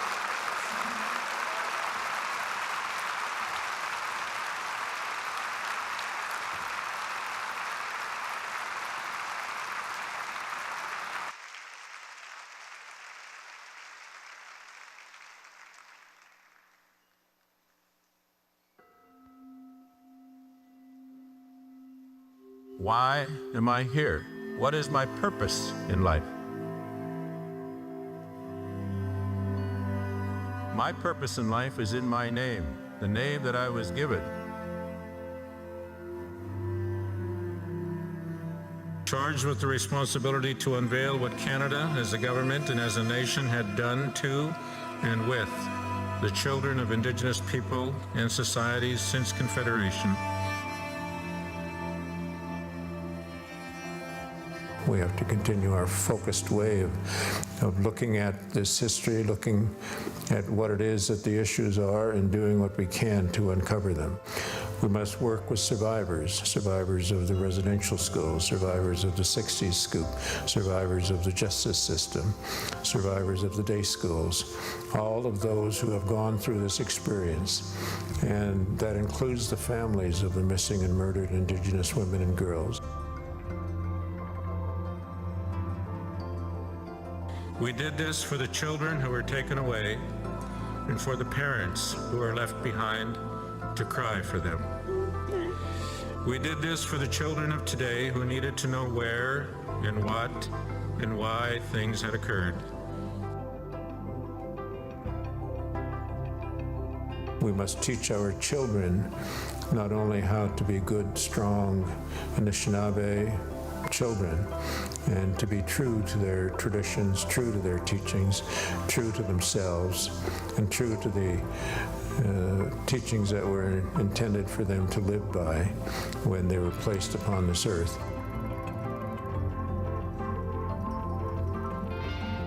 So this place is a place of reconciliation, I hope. It's a place where we can begin to renew those relationships in a good way, where we can establish friendships in a good way.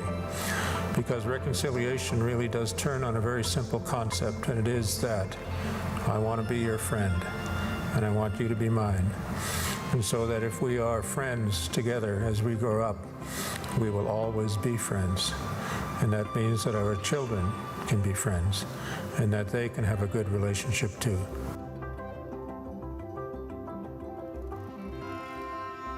It was the name that the Spirit that was placed in me by the Creator carried when He came here. And when that Spirit arrived, He brought with it all of those responsibilities that go with that name. And those responsibilities include understanding what's going on in the world and helping other people understand what's going on in the world. Mzinigijik, the one who speaks of pictures in the sky.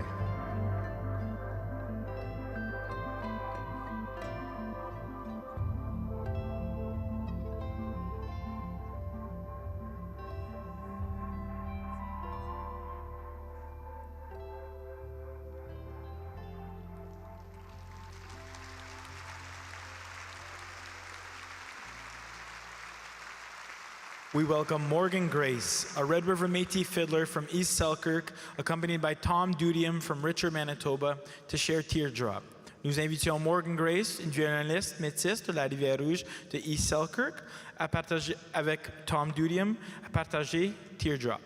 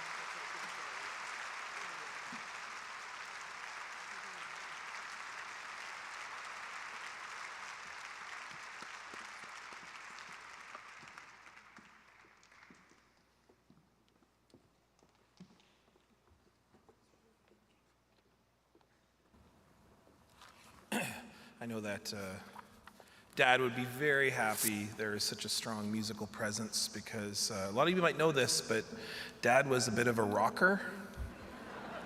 It's a famous story of he was having surgery, and so he was on painkillers, very heavy, and he was in the living room, and he had struggles at nighttime because he would be in a lot of pain, and so he would get up and he would take a lot of painkillers, and he'd go sit in the living room, and he'd put on Pink Floyd at full blast, which,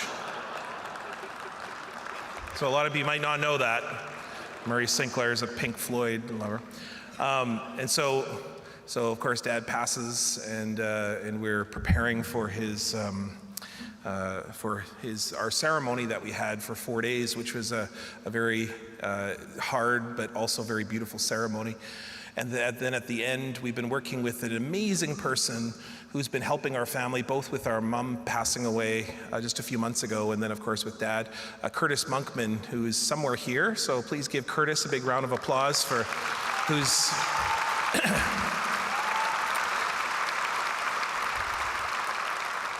Now, unfortunately, Curtis, you may now just get avalanched with, because I'm going to say what you did for Dad. And as I mentioned before, Dad was a bit of a rocker. And so he did something crazy at the age of 70. He got his motorcycle license. Like, who does that? Right? Who does that? And we're all like, as children, we were like, Dad, what the heck are you doing? And so he would drive, and he bought himself a Spider because he couldn't hold up the motorcycle anymore. He was too weak. So a Spider is like 2 wheels in the front, 1 wheel in the back, and he would drive around Lockport and St. Andrews, if those of you that are here, and he'd always wear his orange Every Child Matters hoodie.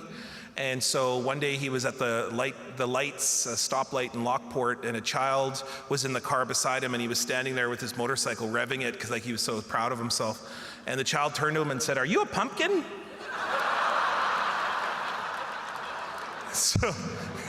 So he went out and got an orange helmet. Like, that's how proud he was that he got called a pumpkin, the floating pumpkin of Lockport. So that's my father. But he would be so happy there's such a powerful musical presence here today, so he just is so proud. There are so many people that helped along the way, and I'm going to forget people, but I just want to give us very special recognition. I wrote a column about it just because it was so important and powerful to me, also to the family. Mitch Bourbonniere, which is just over here, and OPK for doing the fire for us, and Omar Siddiqui as well. There's many people that helped with that fire, but Mitch, when I called at 3 in the morning, he was right there for me, answered the phone, and so that's the kind of guy that he is. Another really cool, amazing person who's been a big support of our family, but he's also been somebody who's been there for us a lot over the past few years, especially since not only her time as an MP, but then also now as the Lieutenant Governor of Manitoba, is the Honourable Anita Neville, who Dad frequently joked around with and visited, and so just a big miigwech, and thanks for coming. We're going to invite her to stage to say a few words. So.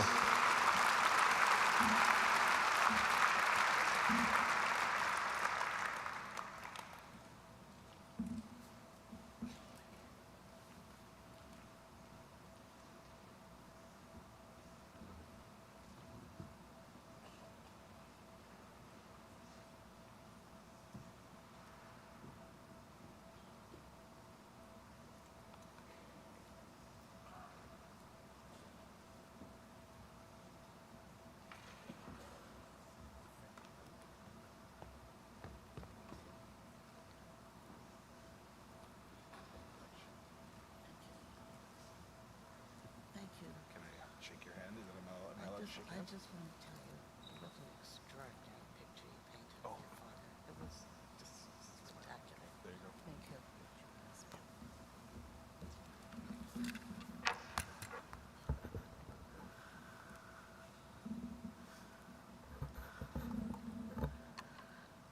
Nagan, family members, distinguished guests, fellow Manitobans, family and friends of a kind, bold, brave, and inspiring man.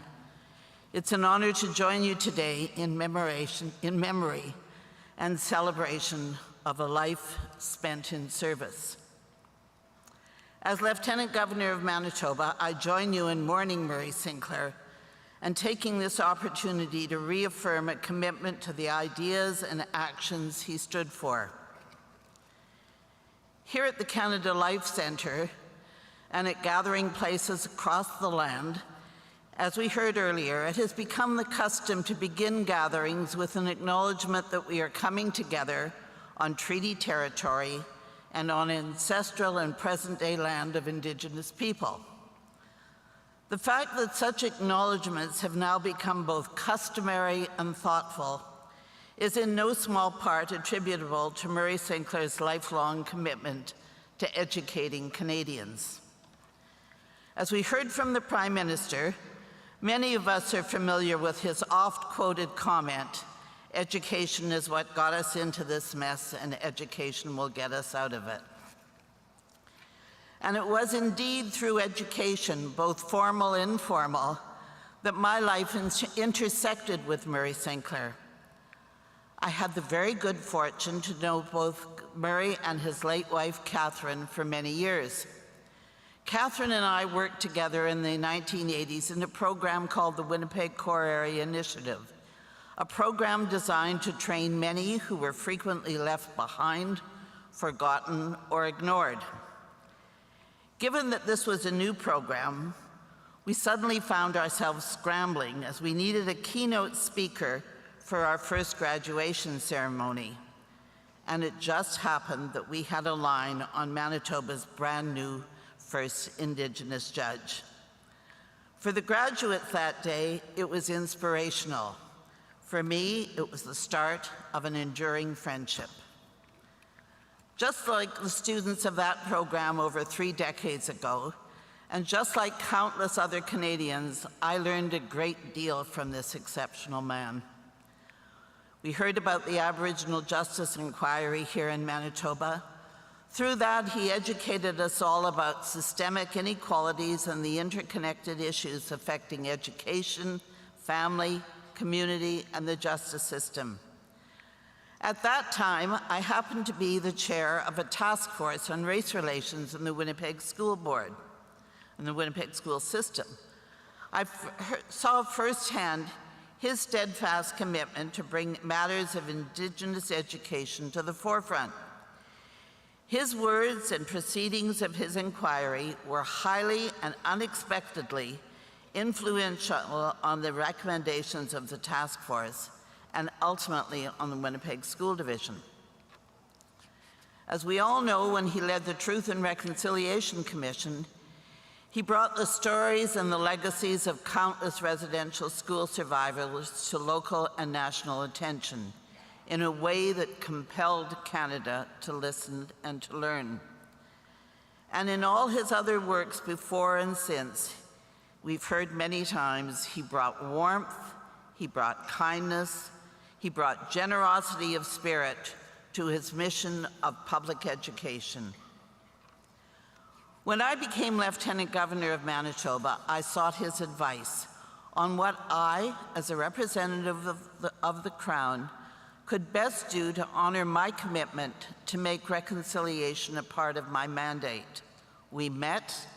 He was extremely generous with his time. He was thoughtful and wise in his counsel. His teachings and advice have in fact been a catalyst for much of what our office has undertaken, and for that I will be forever grateful. We still have a lot to learn as individuals and as a province and as a country. But as we've heard, it's very much thanks to Murray Sinclair that we are taking steps to work in partnership to reveal and redress past wrongs in the spirit of truth and collaboration.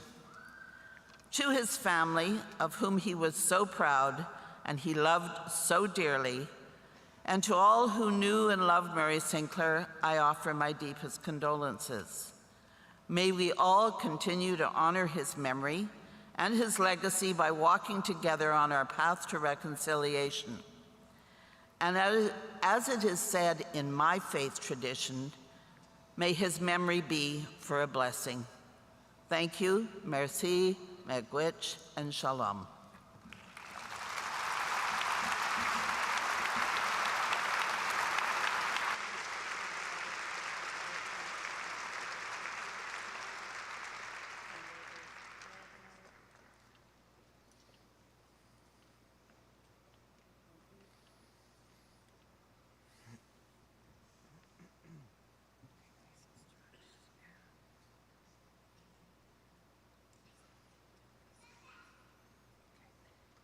We now welcome Acting Grand Chief Betsy Kennedy from War Lake First Nation to share some words on behalf of the Assembly of Manitoba Chiefs.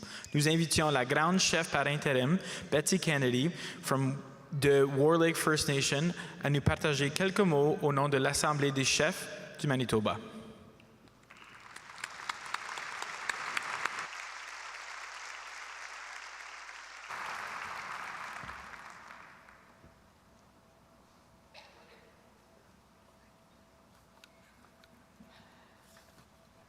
Good afternoon.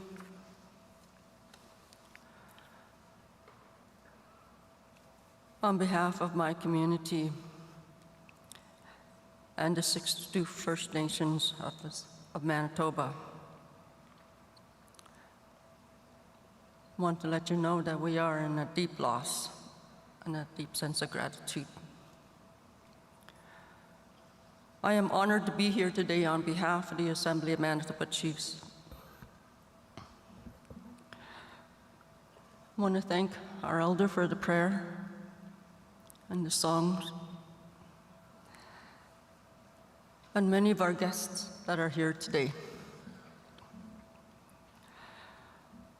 I extend our condolences to his 5 children and his grandchildren, his immediate and extended family, and all those he called relatives and who loved him immensely.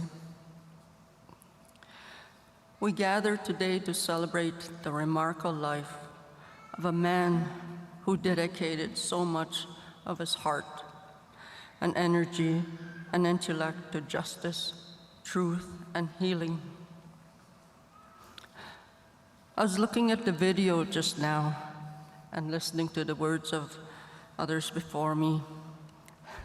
And I was just almost brought to tears when they talked about the parents crying as their children were taken. Because I remember my parents, my mother, going through that exact same thing as a 5-year-old child. And it does hit me hard today. And when Murray first started the Truth and Reconciliation, I thought, this is where we can heal. Survivors, parents, and children. You know, we have gone through so much. And Murray helped us continue on to let our words be known. And he spoke for us.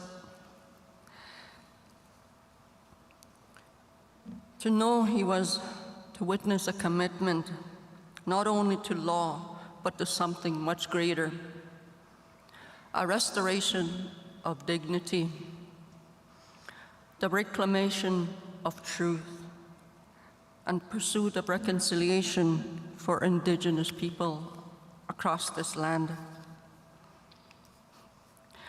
I remember an interview he had done where he spoke about how we can quit law. He would almost quit law because he was unsure how you could become a lawyer and an Indian at the same time, how the racism and discrimination was difficult to endure.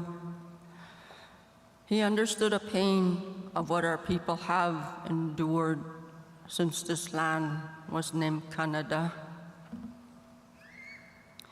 It is the reason he understood the pain we carry as survivors of residential school. And he helped us give voice to that pain, that silence, and that loss in a way that no one had before.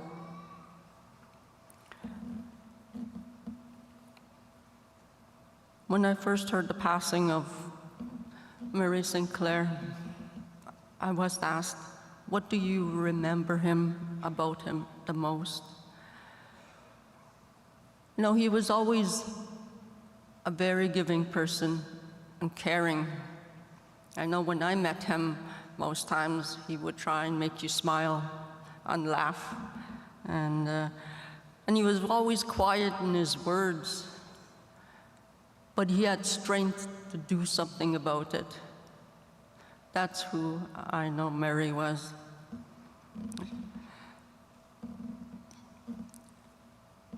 Through the work of Truth and Reconciliation Commission, Murray Sinclair changed the course of history in Canada. With grace and integrity, he led the Commission through years of difficult testimony, challenging conversation, and countless hours of listening to the stories of survivors.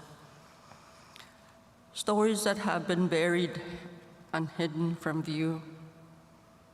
His leadership was not just about asking for the truth, but demanding it.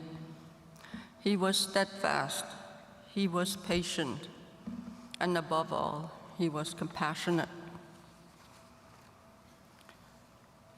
For me, and for so many residential school survivors, the TRC was a turning point of an opportunity for our truths to be heard and validated. It gave us a platform not only to speak, but to be listened to by the country and the world. And Murray Sinclair stood as our guide, our protector, and our voice. One who fought for us, fought for justice, and most importantly, fought for our healing. He never looked down on us. He looked with us and alongside of us. He understood that reconciliation was not just words, but it is about action, responsibility, and courage. We are all forever indebted to him for his tireless work in shining a shining light on the truth of residential schools and its impacts, but also with his deep belief in possibility of a better future. He showed us that even in our darkest times, there's always a path toward healing, and it is through understanding, compassion, and justice that we can walk that path together. Murray Sinclair gave us something far greater than apology or a report. He gave us the courage to stand tall in our truth, to claim our rightful place in this country, to believe that reconciliation is not a distant dream, but a collective responsibility. On a personal level, I cannot overstate that Murray's work and his friendship had meant to me as a survivor, as a leader in my community. His work gave me strength, and his kindness gave me hope, and I will always be thankful. We mourn the loss of a great man, but we also celebrate his life, a life that has left a mark on our communities and people everywhere in this country. In closing, I was reminded of something Murray posted on Facebook, and I do have Facebook too. I think it sums up his life. At a certain point in one person's life, you enter what I call the swamp years, where the water around you starts to deepen and the ground beneath you begins to shift, and the earth becomes invisible, and each step represents an unknown risk.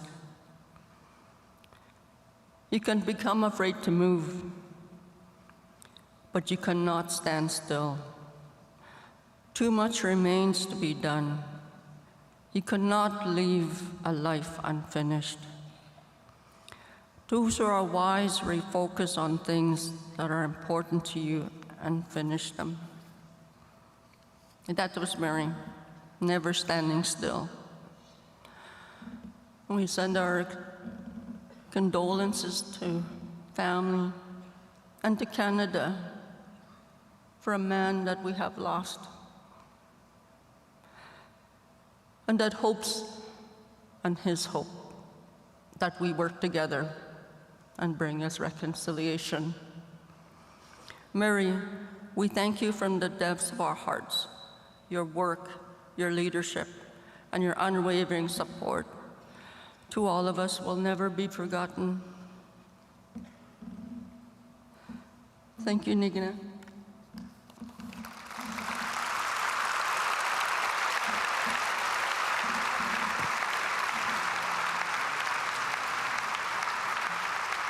Thank you, Grand Chief. Merci, Grand Chief. From the home community of Murray Sinclair, Peguis First Nation, please welcome the artist William Prince. De la communauté natale de Murray Sinclair, Peguis First Nation, accueillons l'artiste William Prince.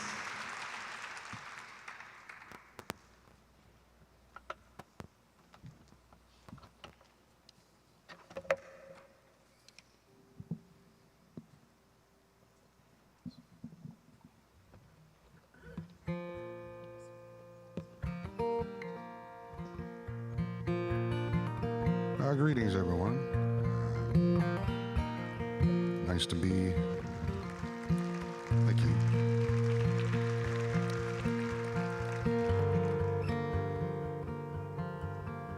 I was saying to Nigan just now,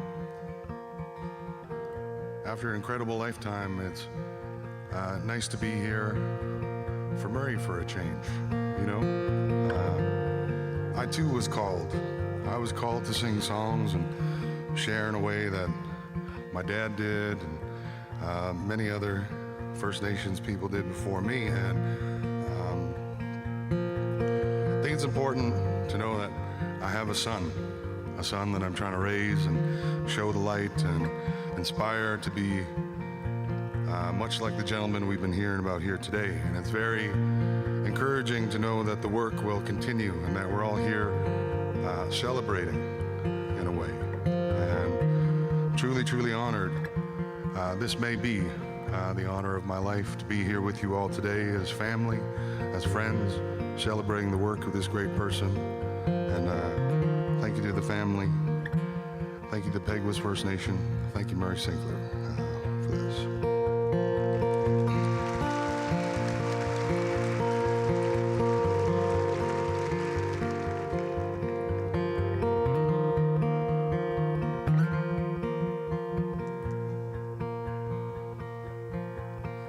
May your love be pure like an eagle, wisdom be under every stone you turn. Let truth be a key to freedom and bind you to the path that holds the light. We're the reason that there's 7 sins and teachings. Each one can wait the other out. Life is 2 wolves, good and evil. Who you feeding? Tell me, are you in or are you out? Oh, be honest and honor each other. Don't make a promise that you'll have to break. Have forgiveness when there's only hatred. Stand up for good, for goodness sake. May your mind be vast like the ocean. Salvage the lesson from each storm you survive, and let honesty lead you across the sea. Forever keep you on the current that carries the light. 'Cause in this world that's growing older faster, humility will keep your spirit young. When you're looking far into the future, don't forget how far you've already come.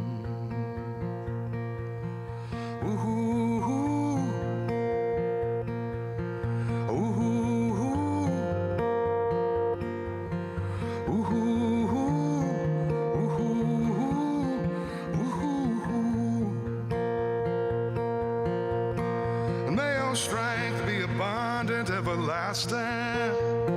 Joy bring peace to your life. Surrender your heart to the 7. Keep to the path that holds the light. Let respect be the law by which you're driven. 'cause respect, it gets earned, it ain't given. To our brothers and sisters born with two spirits, may we all find the courage to reconcile. 'Cause in this world that's growing older faster, humility will keep your spirit young. When you're looking far into the future, don't forget how far you've already come.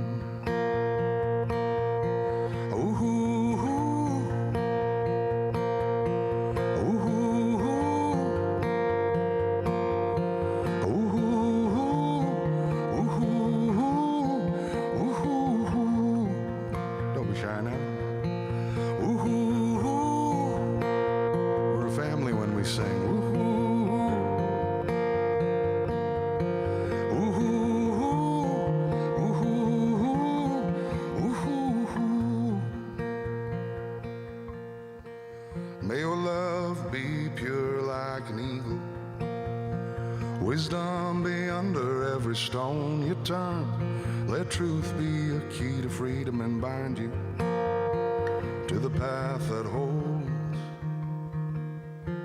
to the path that holds, to the path that holds the light.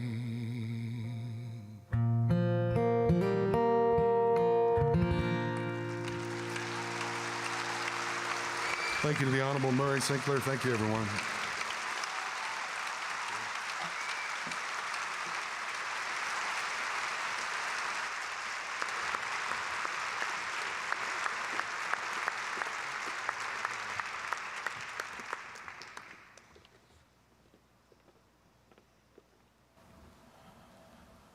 Great. I was just asking Will. Will's a good friend of mine, but also I think a friend of many of us, and is really lucky that he's in town and able to travel, and also able to be with us today. But I was just had this sort of epiphanic moment where Will's great uncle is Tommy Prince, and Tommy Prince, of course, yeah, Bob. Of course, remarkable, amazing sergeant, hero for many of us, but he was also my grandfather's best friend. And they used to take care of each other when they were both struggling on the streets, just a few streets over from here. And I was thinking about what the two of them must be thinking about, seeing all the work that's been done now. And it's a really beautiful moment. So miigwech Will for that.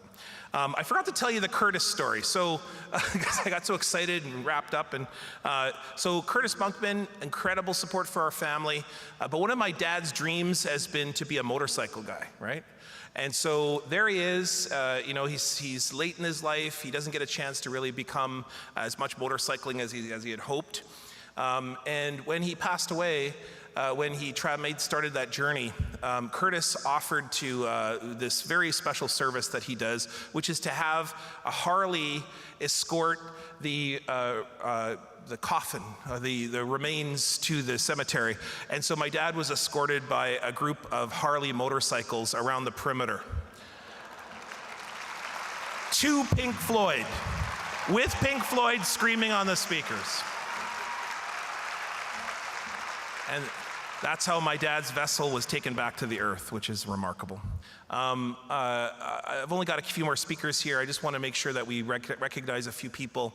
Someone who answered the phone at the early morning hours on the day in which we started this process, but has also been a big support for our family. I don't know if some of you know, but my father was honored here in front of 15,000 people, and that was done by the Winnipeg Jets and Mark Chipman and their liaison and a great brother of mine, Kevin Chief. So please give them a big round of applause for offering this space for us.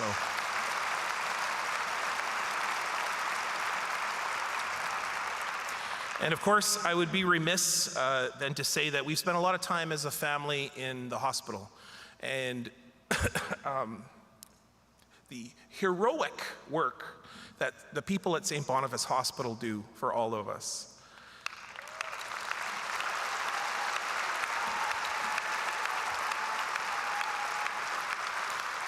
we should hold a parade, and I have the right people to tell them to do it. We should hold a parade for healthcare staff every single day. And St. Boniface, the 5th floor, and the ICU, especially Bernadette, the nurse, who was there for us the entire time.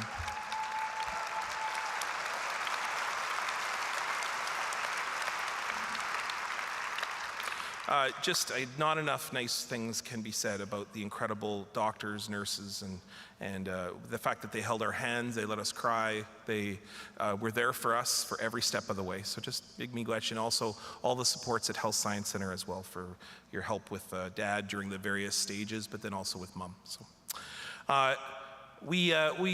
there's something special that my dad left for all of us, and I think that one of the great gifts that I have of being at the University of Manitoba is that I get to see this place, and I get to see this place which really started as a spark, literally with an opening fire, which has now turned into this beautiful archive and building and a legacy in which my dad is very, very proud of. And particularly one of his proudest moments was out at what's formerly the Southwoods Golf Course, I think it was called. And there's the breaking ground of what will eventually become the brand new National Center for Truth and Reconciliation, which is one of the most important calls to action where survivors can have their stories archived.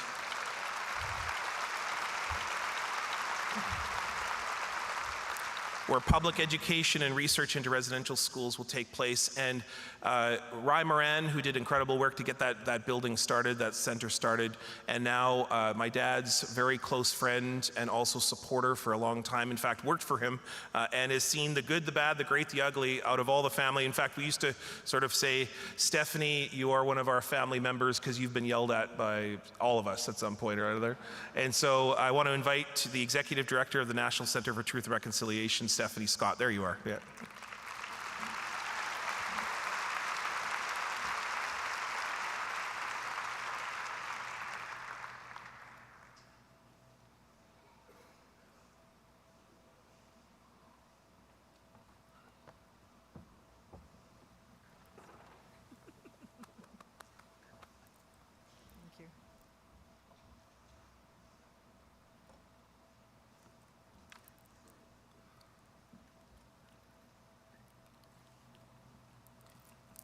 Hello, everyone. Bonjour, good afternoon. Miskwa Nakwadakwe, Anishinaabe, Wabashishi Dodem. My spirit name is Red Cloud Woman, and I'm of the Martin clan. My family is from the Roseau River, Anishinaabe First Nation. I acknowledge Treaty 1 territory where I was born, homeland of the Red River Métis, and home to many Inuit. I am the Executive Director of the National Center for Truth and Reconciliation, and prior to that, I worked with the Truth and Reconciliation Commission of Canada, where I had the privilege and honor to work closely with Senator Sinclair. I say miigwech to the family of Mazina Gijik Gibon, and extending this blessing to share and celebrate your dad, your uncle, your mushum, and as a friend to so many of us, not only here today, but around the world. As we've heard, Murray Sinclair has had an incredible career as a chair of the TRC, a judge, a senator, and most importantly, a truth teller, a justice seeker, and a healer. While his work speaks to the leader that he was also a leader to many of us in a personal way, a generous way, and a kind way. Throughout the years that I worked with him at the TRC and at the NCTR, where he served as a special advisor and elder, I was always struck by the generosity he demonstrated. He shared kindness and laughter and teased those he loved. If you were on the end of a bad dad joke and the teasing was merciless, you knew he cared for you. And for some of us, we also got the teachings and multiple lessons from Murray with his stern words. It felt like a blow to the heart. It could be intimidating, but also gentle at the same time. His spirit was strong. He had an incredible mind that was photographic in nature. He liked to collect items and papers and records, and there were thousands upon thousands of pages in his office. He could close his eyes look into his brain Rolodex, and direct me to a file and the multiple stacks, and that file was always exactly where he said it would be. Senator Sinclair loved his family, survivors, and community, and he loved children. His wish was for missing children to return to their loved ones in their communities because every child truly mattered to him. Wherever Senator Sinclair went, people stopped to talk with him all the time from all walks of life, and he would listen. If they were hungry, he would buy them lunch. I saw him give his jacket away a few times to those who were cold.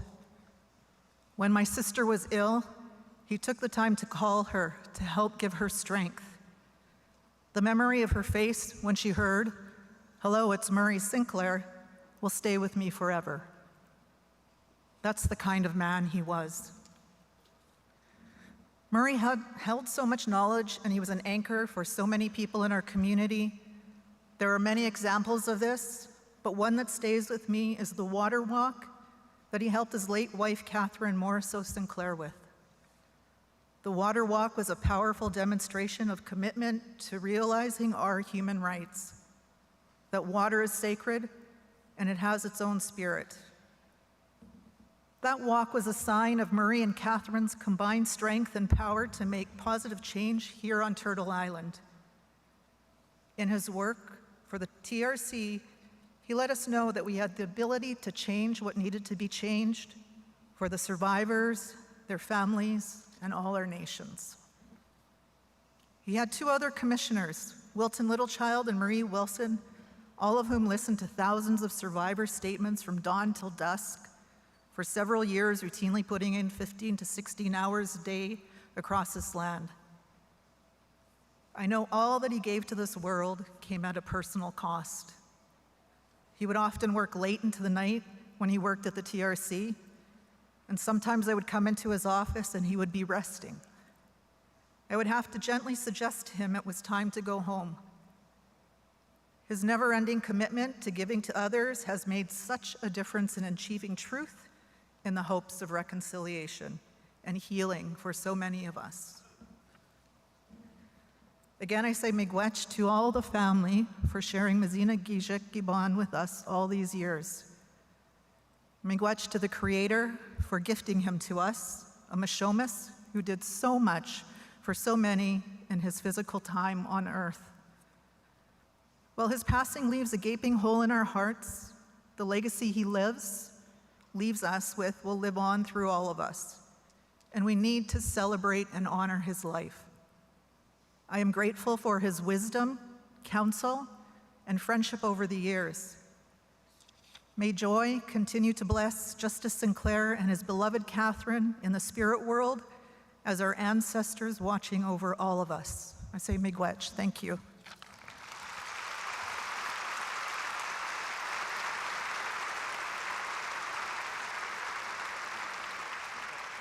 Please welcome the Honorable Michelle Obanswin from Odanak First Nation, Judge of the Supreme Court of Canada.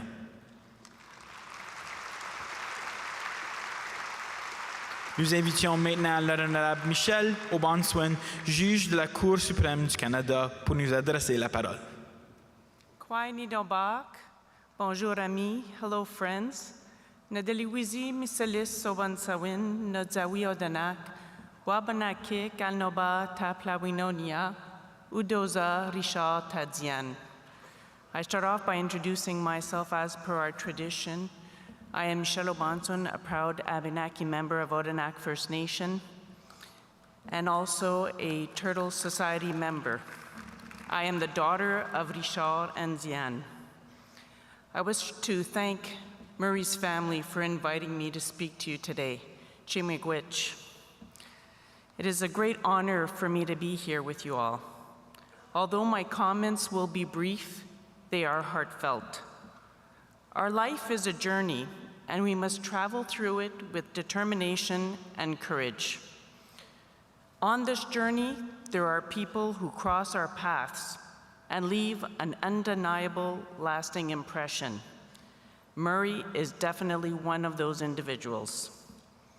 Avant de le rencontrer, J'en avais entendu grandement parler. I had heard a great deal about him, Mais je dois vous dire, but lors I de ma have to première say that rencontre avec when lui, I had my first je me meeting suis with him, sentie tellement inspirée, I felt so et inspired, souvent, j'étais bouche and bée. often I didn't know what to I say. was in awe of Murray Sinclair.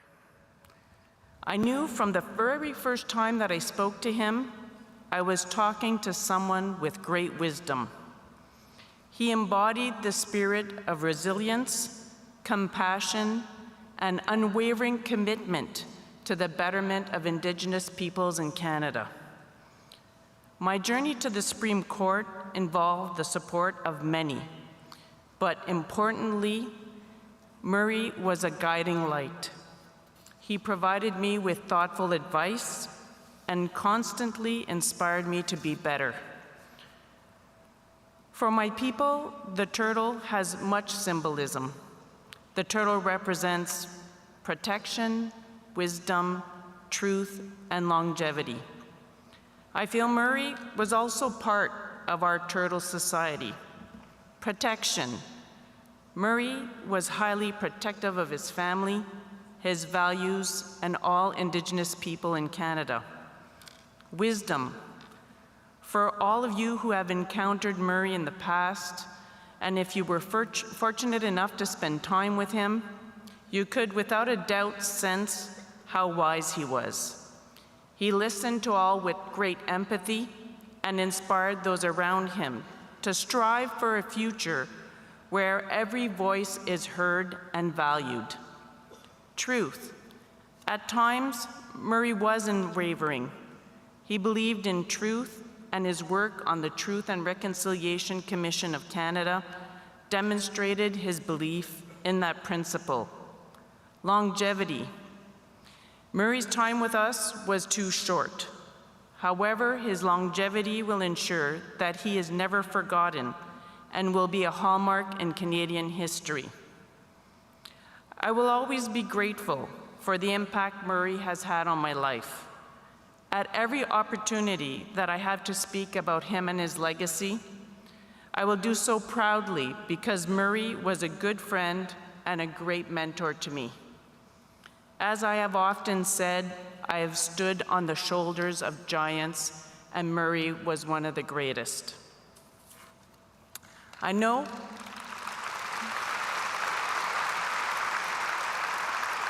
that his journey is not over since he touched so many of us here today. So I ask you all, let's honor Murray by committing ourselves to his great work. Let us carry forward his teachings, compassion, and respect for others. In honoring him today, we celebrate not just a leader, but a friend, a mentor, a relative, and a cherished member of our community.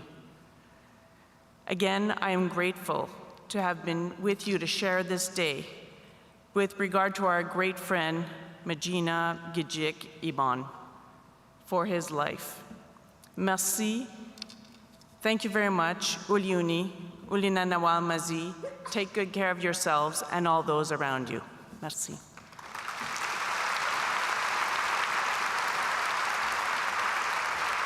We would now like to welcome National Chief Cindy Woodhouse from Pinemutang First Nation to share some words on behalf of the Assembly of First Nations. Accueillons maintenant le chef national Cindy Woodhouse de Pinemutang First Nation à nous partager quelques mots au nom de l'Assemblée des Premières Nations.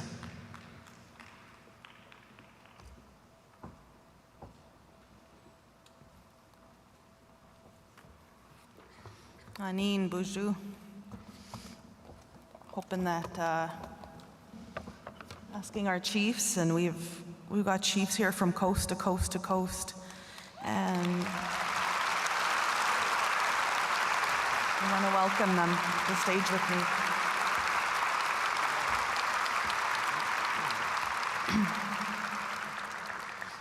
Apachik Chinendam Akanak Kabija Omanungum. On behalf of the Assembly of First Nations, and of course all our many First Nations from coast to coast to coast that are here, we offer our condolences, our love and deep respect to the family of the Honorable Murray Sinclair. a proud Anishinaabe and a member of the Peguis First Nations. All First Nations are greatly saddened by his passing, and you've seen it everywhere this week. And it's a testament to our love for him as First Nations people, and that we're all here together, united today. We are all incredibly grateful that Justice Sinclair dedicated his life to fight for us so brilliantly. Justice Sinclair never lost sight of our people, their experiences and their suffering. He fought especially hard for the most vulnerable of our people. He fought for those unjustly locked away and those killed and forgotten by authorities. He fought for the children taken and separated from their parents. He fought for the children in unmarked graves all across this country who disappeared in the so-called residential school system. He fought for women like Helen Betty Osborne, whose murders were swept away by others. We could always count on Justice Sinclair to be relentless and thorough in his quest for justice for absolutely everyone. As a First Nations woman growing up in this country, and many of us that are here, we feel so grateful that we were able to cross paths with him. Many of us are younger leaders, and we have to continue that work together. Justice Sinclair gave us hope, and he still does as we stand here today in his shadow. At every step of his professional career, Mazina Gizik Oban carried out exceptional work for First Nations in Manitoba, across Canada, and for all First Nations people. As a lawyer, as a judge, as a storyteller of hard truth, Murray Sinclair courageously worked within a legal system hostile to First Nations, with the express purpose of changing it. Murray Sinclair did more than expose and diagnose inequities in the Canadian legal system. He pointed out exactly what needed to change. He showed us action to take to protect all Indigenous women, men, and children from discrimination. As a co-chair of the Manitoba Aboriginal Justice Inquiry in the 90s, he exposed the realities of racism and discrimination in policing and in the justice system. As chair of the Truth and Reconciliation Commission of Canada, Justice Sinclair patiently explained to all Canadians what they needed to know about the legacy and ongoing impacts of the racist Indian residential school system. With his fellow commissioners, he provided a place for survivors to tell their stories, and he did not stop there. He reminded us all of our collective duty to identify and honor the children who disappeared and died in those institutions. As a judge and a senator, we know Murray Sinclair changed hearts and minds, and in the corridors of power, provincially and federally. There are not really words to reflect the positive impact of his life's work. More than anything else, though, I am struck, and we are struck by the fact that whenever First Nations needed him to take on seemingly impossible tasks, Mr. Sinclair responded. He answered the call of duty over and over. Each and every time he delivered brilliantly and compassionately as only he could.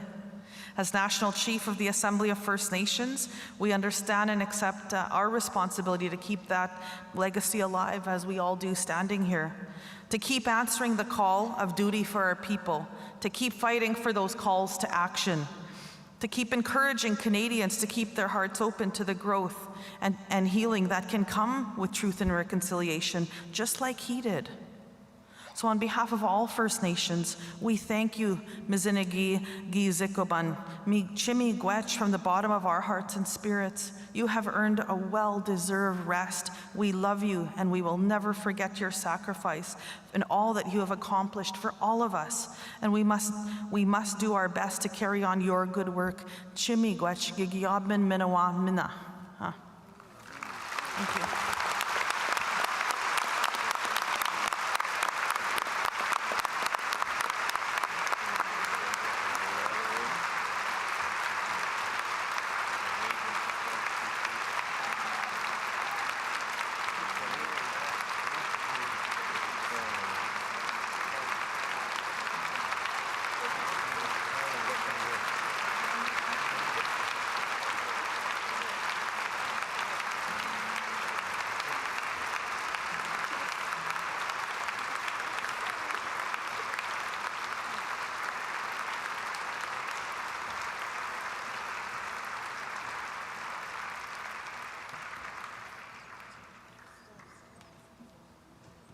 For a second performance, we welcome back Morgan Grace and Tom Dutiam. Nous invitons à nouveau Morgan Grace et Tom Dutiam pour jouer le valse Mété Washing.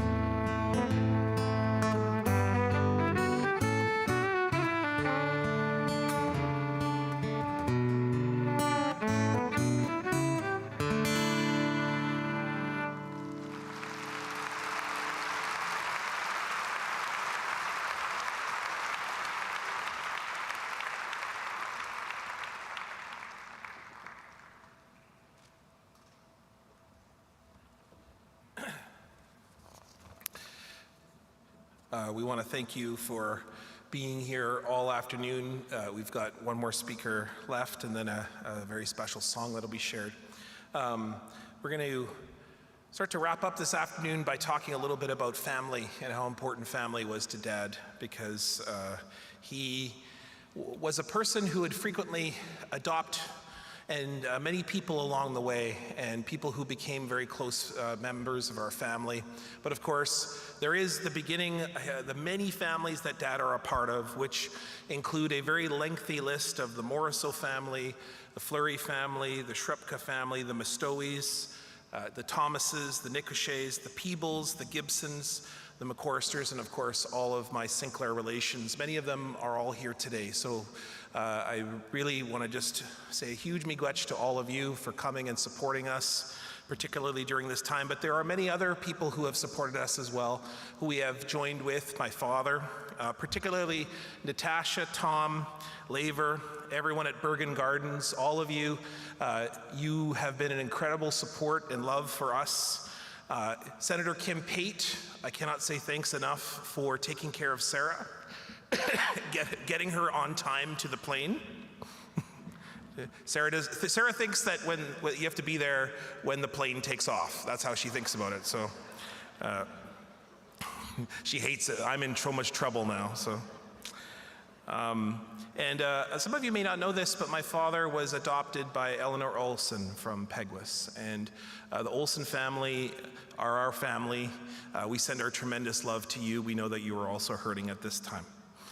There's one special person who is the only person that makes me choke up whenever I talk about him, but it's my dad's best friend, who is, I'm not sure if they're here, but my Uncle B, Jim Beattie, and his wife Della, who you have been there for us, you have stood beside us, and you have cared for us no matter what. And for years and years and years, including being Dad's best man, you have cared for us and given us love. So we say miigwech and thank you to you. Please join me in saying a miigwech and thanks to all those and anyone else who I've forgotten. So.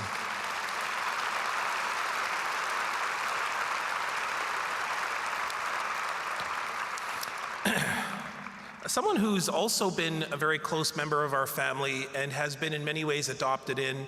In fact, today we had a very beautiful ceremony just before we started, because he consistently and continually has been there for us, but not just for us. There is a very short list of people who Dad wanted to spend his final moments with. And when we asked him, when we said, it's time to start to look at who it is that you would like to share your time with, of course there was us, of course there was his sister Auntie Diane, of course there was many people who he invited and wanted to spend time with, but in particular it was Wab Kinew. Wab Kinew has been there for my father for many, many years, including at the time in which he lost his own father, and which my father stepped in and supported him for many years. And when Wab Kinew was sworn in at the new Manitoba government just over a year ago, he presided in that swearing-in ceremony and said that it was one of the proudest moments of his life, and something he had never thought he would see before, which is the first First Nations premier of a Canadian province.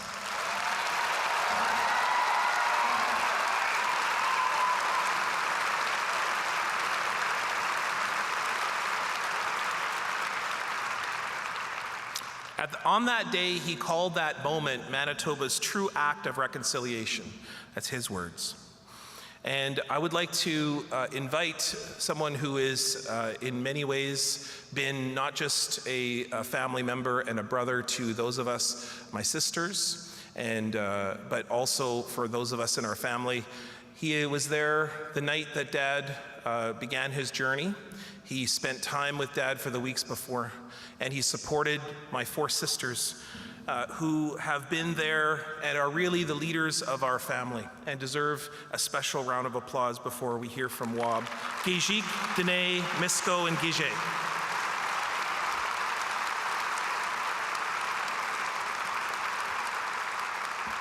Absolutely. It is my sisters who are the strength and the spine of all of us. So without any further ado, I want to invite someone who has been very kind and generous, not just with all of us, but has helped organize all of today to make sure that we could be here together to celebrate the life of my dad, Premier Wab Kinew.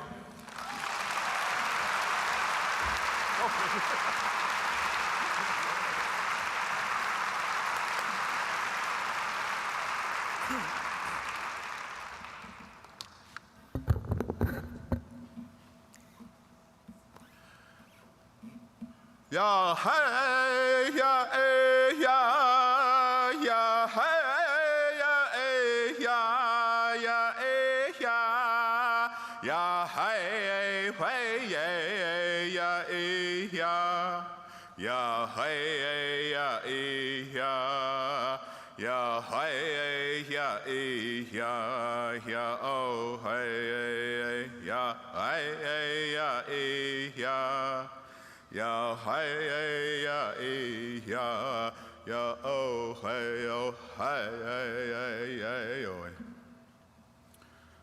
That is my dad's death song.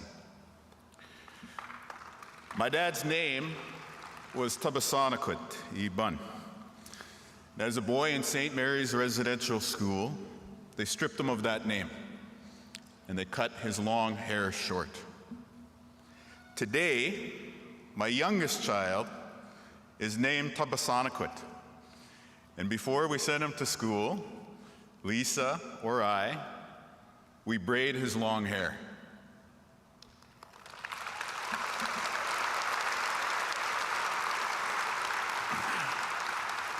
These are the kind of tender moments that Anishinaabe children now get to spend with their parents. And to honor this era, we recently held an event at the Manitoba Legislature called Boys with Braids. Went to visit Murray Sinclair a few days later, and I told him about it. And he said that when he was a young lawyer, one of his colleagues at the courthouse pulled his braid, attempting humor. We know that Murray had many stories like this, and still he persisted. Now, I think Murray pushed on, in spite of experiences like the hair pulling, because he saw within us, as Manitobans and as Canadians, the potential that we would push beyond the racism that he experienced and embrace our better nature.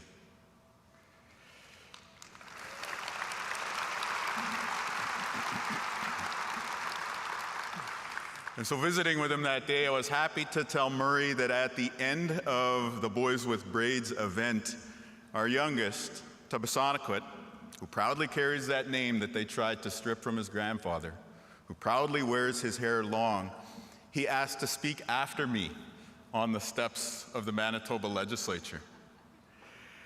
So when I handed the mic to our 6-year-old boy, he addressed a large crowd of his peers, and he said 3 simple words: every child matters.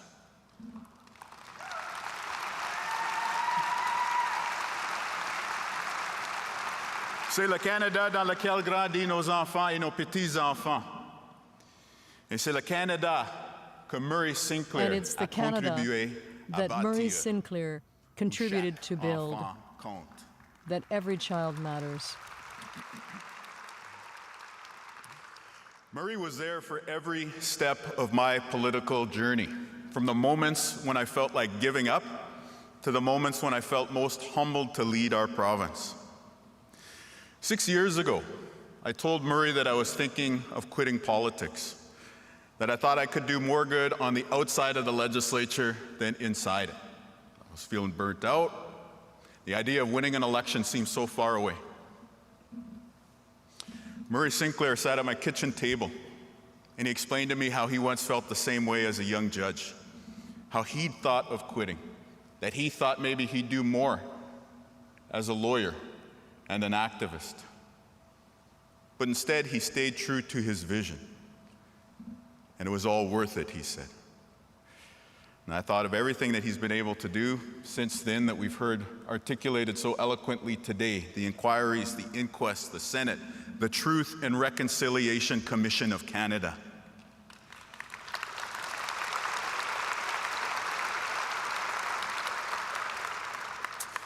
Murray gave me the encouragement to stay on through another term in opposition. As a retired judge, he also had the authority to preside over our swearing-in ceremony. And on that beautiful autumn day, 1 year ago, he sat on stage with us, beaming, presiding spiritually and physically as ministers, one at a time, came up to take their oath of office. Consecrated by a traditional pipe, Murray swore me in as the 25th Premier of Manitoba.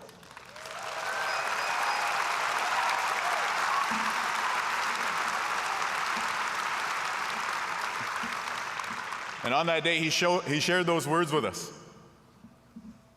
that he shared with so many of us. You have to learn to love the people, even when they don't love you. Learn to love the people even when they don't love you. It's perfect advice for a new government. Do the right thing, even if it's not popular. Keep forging ahead in the direction of the public good, even if the public can't always see that destination that you're aiming toward. But I have to say, in the days since Murray drew his final breath, I've reflected that it's not just good advice for leaders. That is good advice for life. Learn to love your neighbor, even when they do not love you. Learn to love the person who hurt you, who caused you pain. Learn to love your children. even when they push you to your limits and beyond. And over his great life, Murray learned to love us, all of us. He showed that with the TRC and everything he did. He loved the people, all the people. One of the last times I spoke to Murray Sinclair, that nurse that you heard about, Bernadette, she was feeding him ice chips in the ICU of St. Boniface Hospital, and they were cracking jokes on each other back and forth. And then a drop of water trickled down onto Murray's face. So I leaned in and I wiped it off with a napkin. Suddenly a thoughtful look overtook him and he stared out the window. I kind of braced myself like, this is it. Murray's gonna break it down. How to be as wise as Murray Sinclair. Here it comes. He turns back to me and he says, you know what I'm having a really tough time accepting is the Premier is wiping my chin.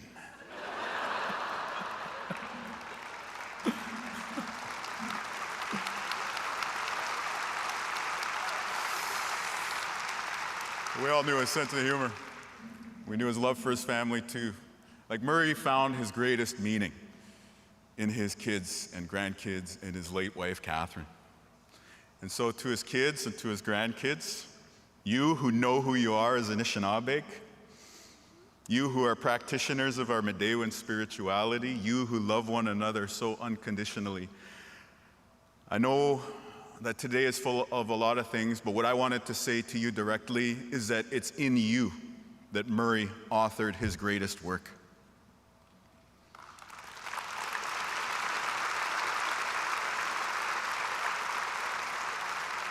You are a testament to his good life in how well and how awesome you are.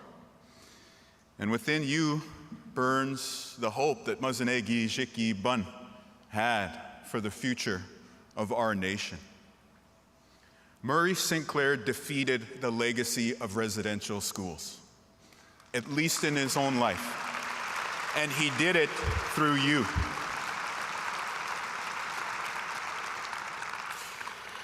And to witness the way that you've honored your father and your mushum this past week, and the way that you honored one of your mothers earlier this year, I know that the family ties that you have will never be broken. That is a legacy.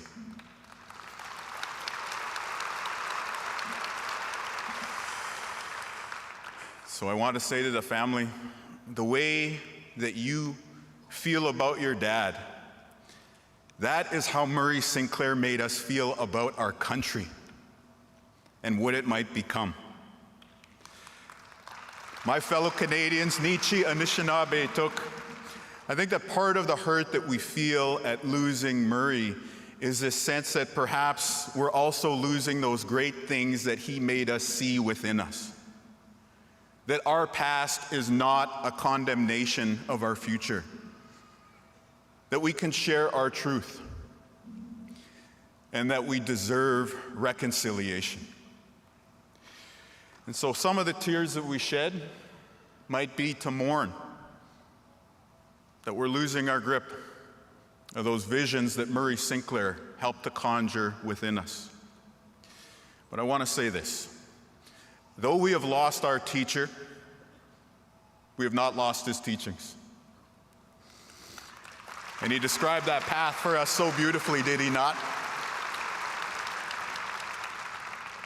Learn to love the people.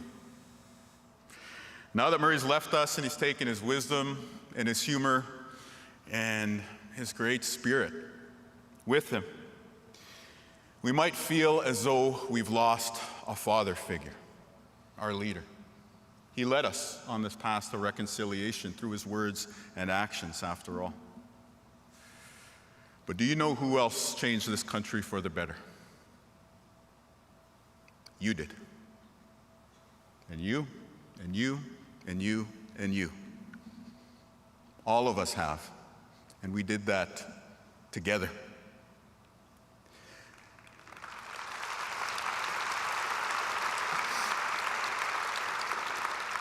And so sad as we might feel today, we still have each other, and we still have his legacy. In our hearts, in our minds, and in the aspirations of people right across this great land.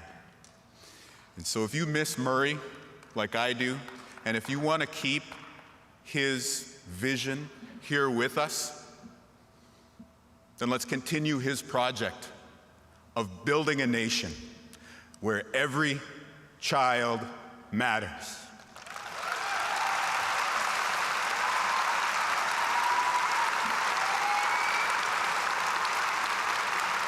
Aokiabe gijwe de menapache, mazne gijek iban.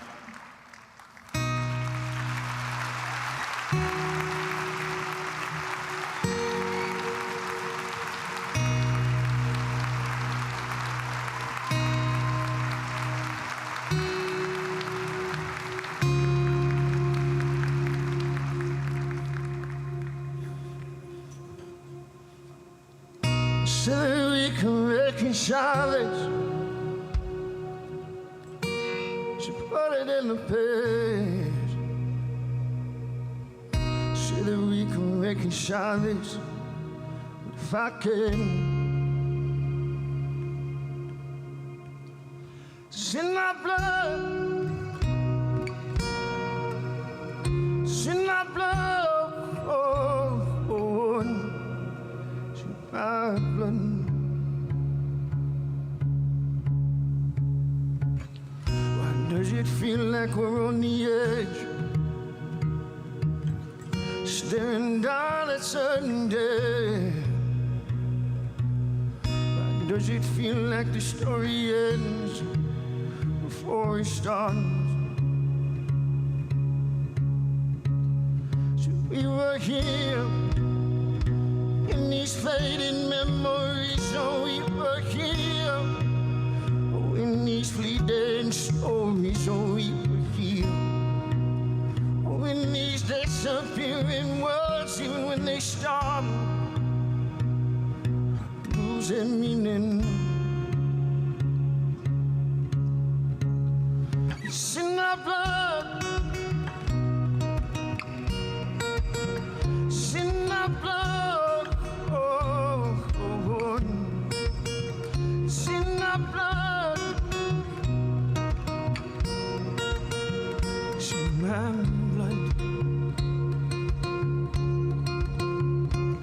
I guess we come, we go, just like the days is like them dark in the morning rays. I guess I know, just like the snow, we fall, we melt, we fade away. A month, a day, a week, a year, just like to say that we were here. So we were here, oh, in these fading memories, oh, we were here. Oh, in these fleeting stories, oh, we were here. Oh, in these disappearing words, even when they start losing meaning. It's in our blood. It's in our blood. Oh, it's in my blood.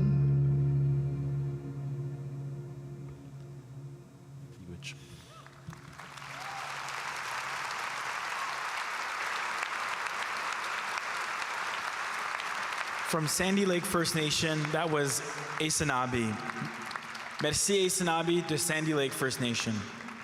This brings an end to today's memorial. Thank you all for joining us to remember and honor the life of the Honorable Murray Sinclair, Mazine Gijik Iban.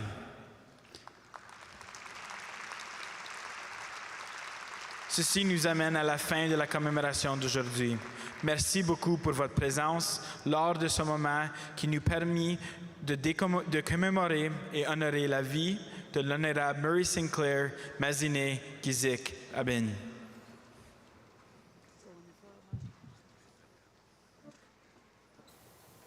And that wraps up the National Commemorative Ceremony in memory of Honorable Murray Sinclair, out of Winnipeg as we're seeing some of those photos from Murray Sinclair's remarkable life.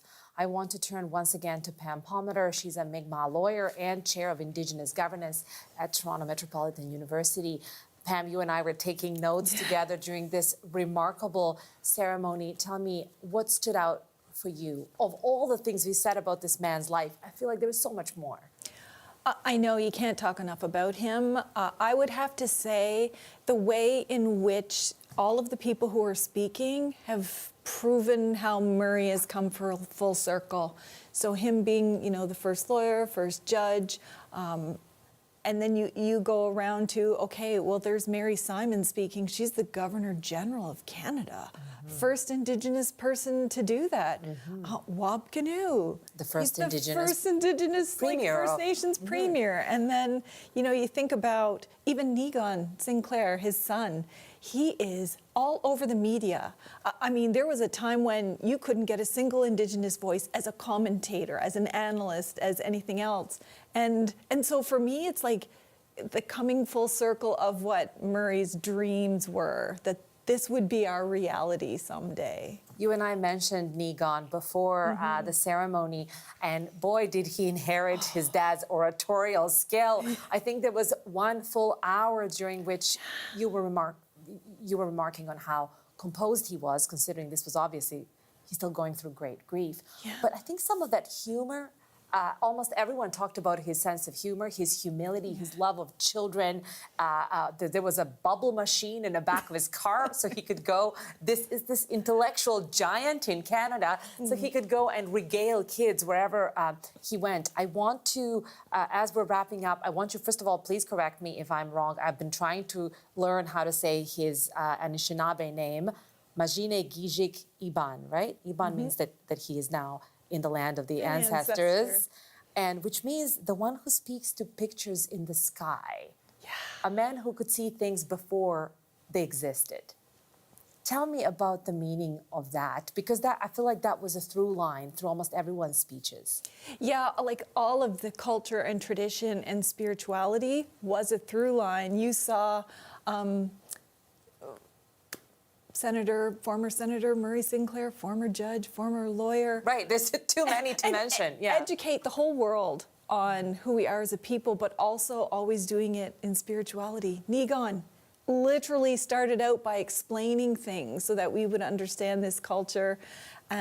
His name, why we have to add Iban at the end, the pictures in the sky.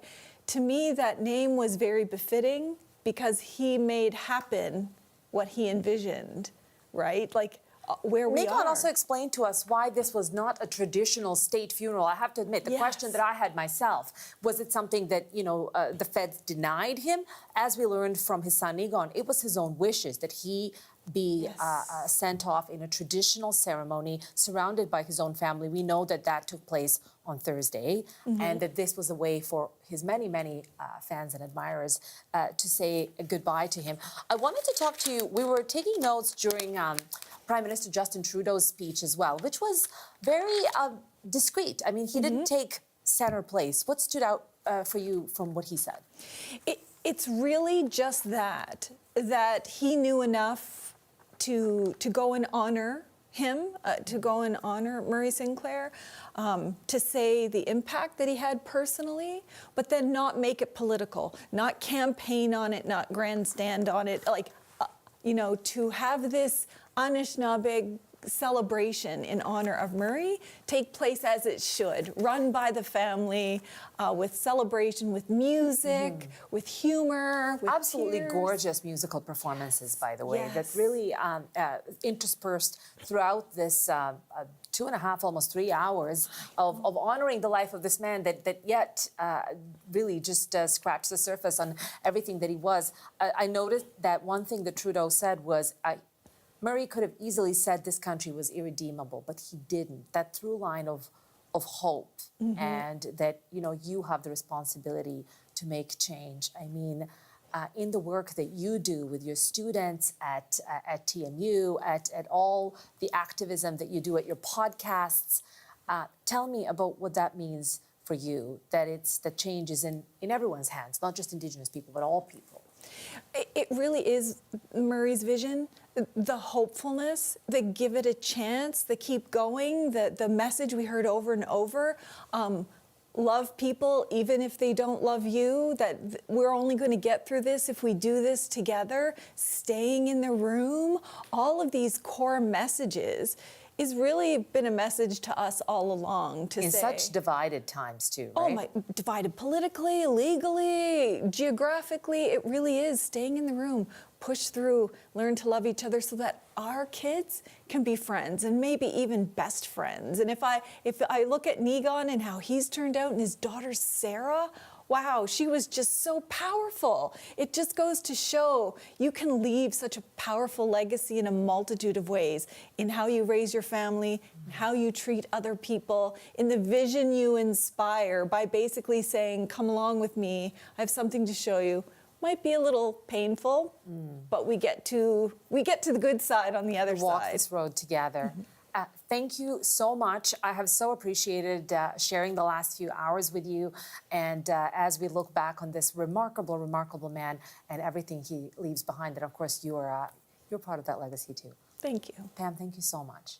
Pam Palmater joining us today for this special day as we honor the legacy of Murray Sinclair. And I want to thank you, our viewers, as well, for watching our special coverage of the National Commemorative Ceremony for Murray Sinclair. And the encore presentation of Rosemary Barton Live is coming up next, right here on CBC News Network. But first, we leave you with some lasting moments from that Winnipeg ceremony honoring the life of Murray Sinclair. Have a look. Few people have shaped this country in the way that my father has. He has blazed a trail that many are now following. He was dedicated to making this place that was once called Kanata a better place for my generation. He was the voice of truth, justice, and healing. Murray changed this country for the better. When you're looking far into the future, don't forget how far you've already come.